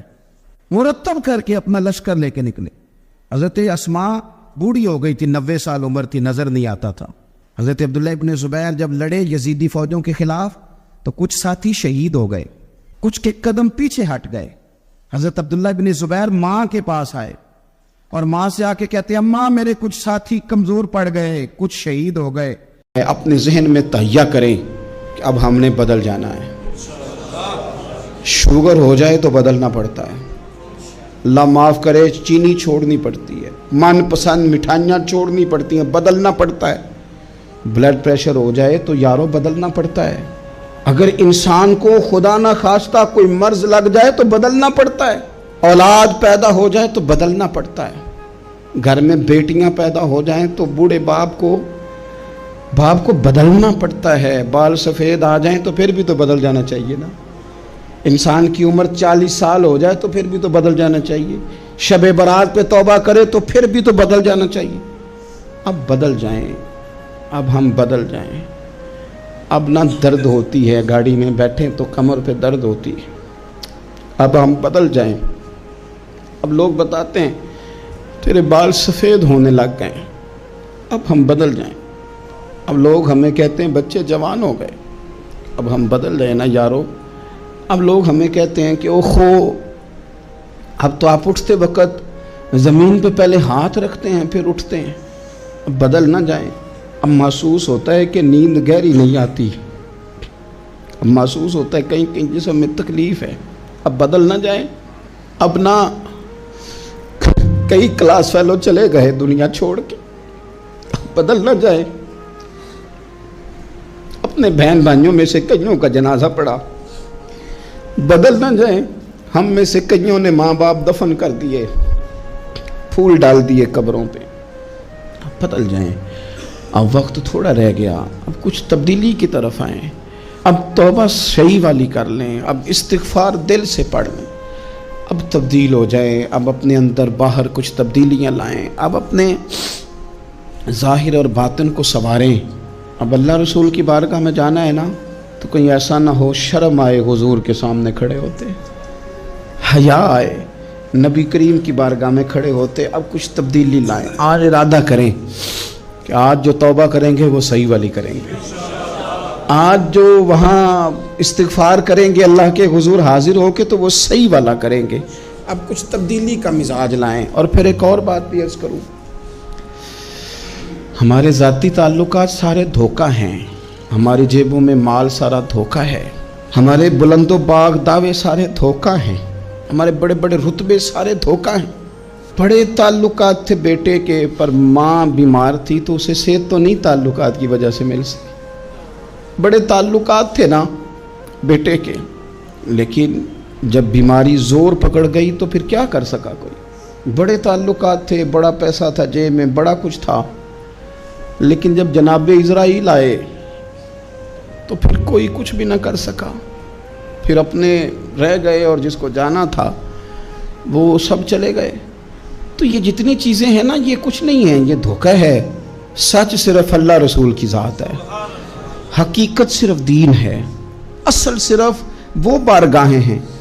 دھوکے میں نہ زندہ رہو. چھوڑ دو یہ بات کرنی کہ بڑے تعلقات ہیں، چھوڑ دو یہ بات کرنی کہ بڑا پیسہ ہے، چھوڑ دو یہ بات کرنی کہ برادری قبیلے علاقے میں بڑا، اور کچھ بھی نہیں ہے. کل من علیہ فان، ہوئے نامور بے نشاں کیسے کیسے. دیکھو زمین کھا گئی، نوجوان کیسے کیسے. میں مولانا نورانی کی قبر پہ کھڑا تھا تو میں کہہ رہا تھا مقدور ہو تو خاک سے پوچھوں کہ اے لئیم تو نے وہ گنج ہائے گرا مایا کیا کیے. اتنے بڑے لوگ تو لے گئی، اتنے بڑے لوگ، اتنے بڑے لوگ قبروں میں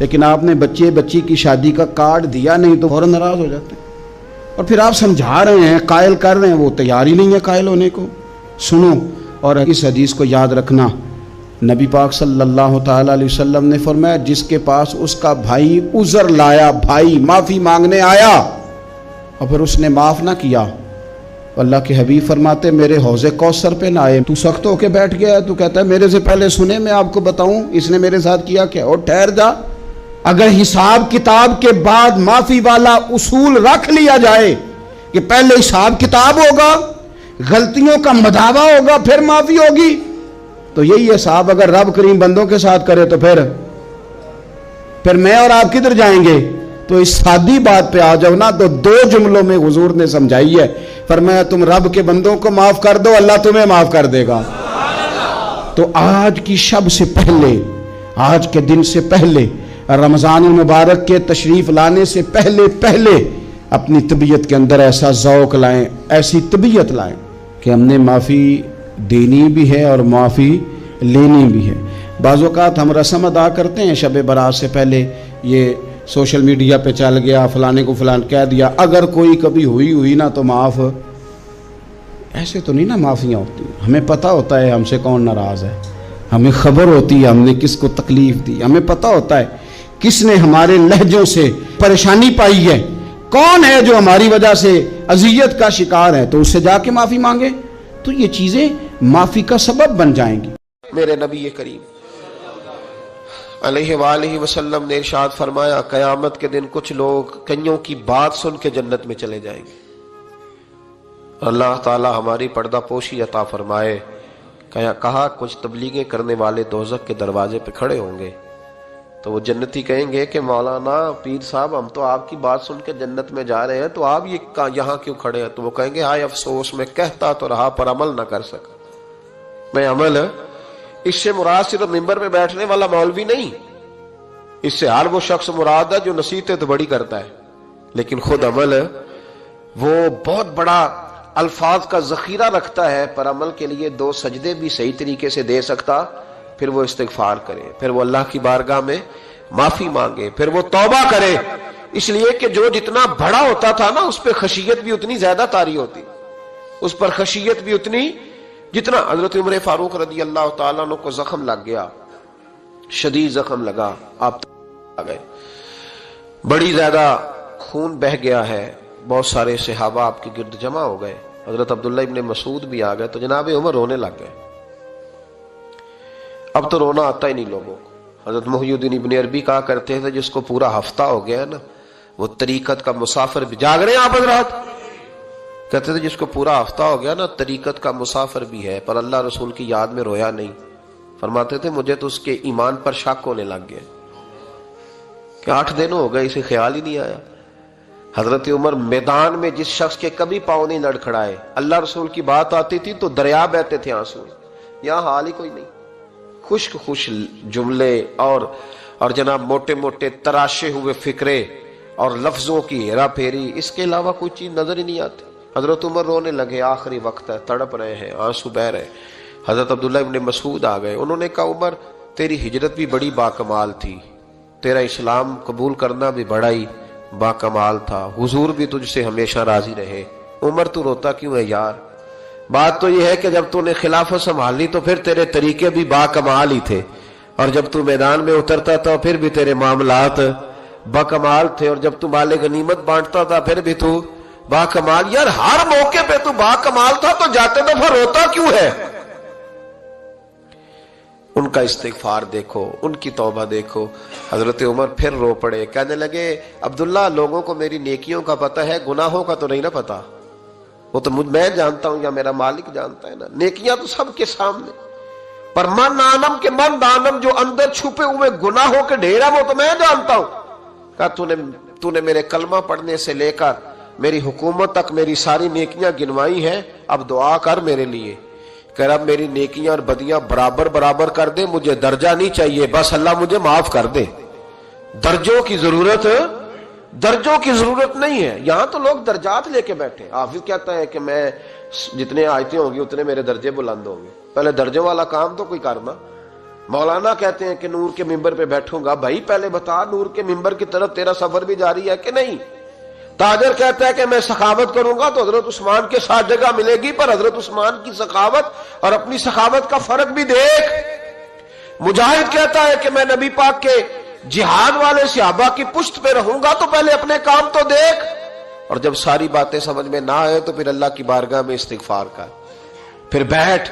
بڑے لوگ استغفار کرتے، معافی چاہتے، اور یہ استغفار پھر اتنا کرم کرتا، اتنی آسانی کرتا، اس قدر بہتری کرتا کہ وہ مانگ تو اپنے گناہوں کی معافی رہے ہوتے تھے اور اللہ رحمتوں کے دروازے کھول دیتا تھا، اللہ ان پر کرم کے دروازے۔ حضرت امام حسن کے پاس ایک شخص آیا، حضرت امیر معاویہ بھی بیٹھے تھے، تو اس نے امام حسن سے آ کے کہا کہ حضور اولاد نہیں ہے، کوئی دعا کر دے۔ تو جو ہے میری بات پر، اب بھی لوگ پیروں کے پاس آتے ہیں نا ماشاءاللہ سے، اللہ خیر فرمائے، تو پیر صاحب اگر وظیفہ بتائیں تو وظیفہ چونکہ پڑھنا پڑتا ہے وہ کام مشکل ہے، لہذا تعویذ تو پیروں نے بھی اب ماشاءاللہ بڑی ترقی کر لی، انہوں نے بھی تعویذ چھپوا کے رکھ لیے۔ کون لکھے اتنے تعویذ، جو کہ ہر مرید کو تو تعویذ چاہیے، انہوں نے نا جی تعویذ پکے چھپوا لیے، کچھ نے مورے بنوا لیے۔ دیکھتا رہتا ہوں، میرا شعبہ ہے نا، میں دیکھتا رہتا ہوں کہ مور لگائی، اس کو باندھا، اللہ خیر کرے گا۔ تو اب وہ نفسیاتی معاملہ ہے، ظاہر ہے 100 بندہ تعویذ لے کے گیا ہے تو 1.5 کو تو فرق پڑے گا ہی نا بیچ میں سے، تو جس کو فرق پڑ گیا اس کا فیس بک پہ دے دیا کہ یہ میری کرامت ہے جی، تو جس کا نہ پڑا جی جڑے محرم راز حقیقت دے او تے راز حقیقت کھول دے ہی نہیں، اے جنہ ویکھیا نہیں او کرن گلاں، جنہ ویکھ لیا او تے بول دے ہی نہیں۔ ہمارے ایک حضرت تھے تو ان کے پاس ہم بیٹھے تھے، نیک آدمی، تو تعویذ دیا تو مرید کہنے لگا حضور دوبارہ کب آؤں؟ کہنے لگے فرق پڑ گیا تو آ جانا، نہیں تو کہیں اور چلے جانا۔ اس لیے کہ شیخ عبدالعزیز دباغ رحمت اللہ علیہ کے ایک مرید نے کہیں تنقید کر دی تھوڑی سی، یہ لفظ بس نا بہت بڑے ہیں، ان کی میں تشریح نہیں کروں گا، جتنے جملے اتنی بات کر کے بیت جاؤں گا، ان کی تشریح نہیں ہو سکتی، یہ ان کی توضیح نہیں ہو سکتی، کچھ تفصیل نہیں ان کی ہو سکتی، یہ جملے بڑے، میں کوئی تشریح نہیں کروں گا۔ اس نے کہا کہ حضور فلاں فلاں فلاں فلاں جگہ مجھے پریشانی ہے آپ کے حوالے سے، تو آپ فرمانے لگے میں نے کون سا باندھا ہوا ہے، نہیں سمجھ میں بات آتی تو کہیں اور چلا جا، باندھ کے رکھا نہیں، دروازے کھلے ہوئے کہیں اور چلا جا، ختم ہو گئی بات۔ تنقید کرنے کی ضرورت چھٹی، اس لیے کہ وہ لوگ بت نہیں بناتے تھے کہ بس ادھر ہی پوجا کرنی ہے کہ کہیں اور نہیں جانا، یہ چھوڑے، ہے نا ہمارے چکر چلا ہوا میرے علاوہ کہیں اور نہ جانا۔ شیخ عبدالوہاب شرونی فرمایا کرتے تھے یہ تو نقص ہے تیرے اندر کا، یہ تو تیرے اندر کا نقص ہے، اگر تو قابل ہوتا تو کہتا جا سنگیا سارا زمانہ دیکھ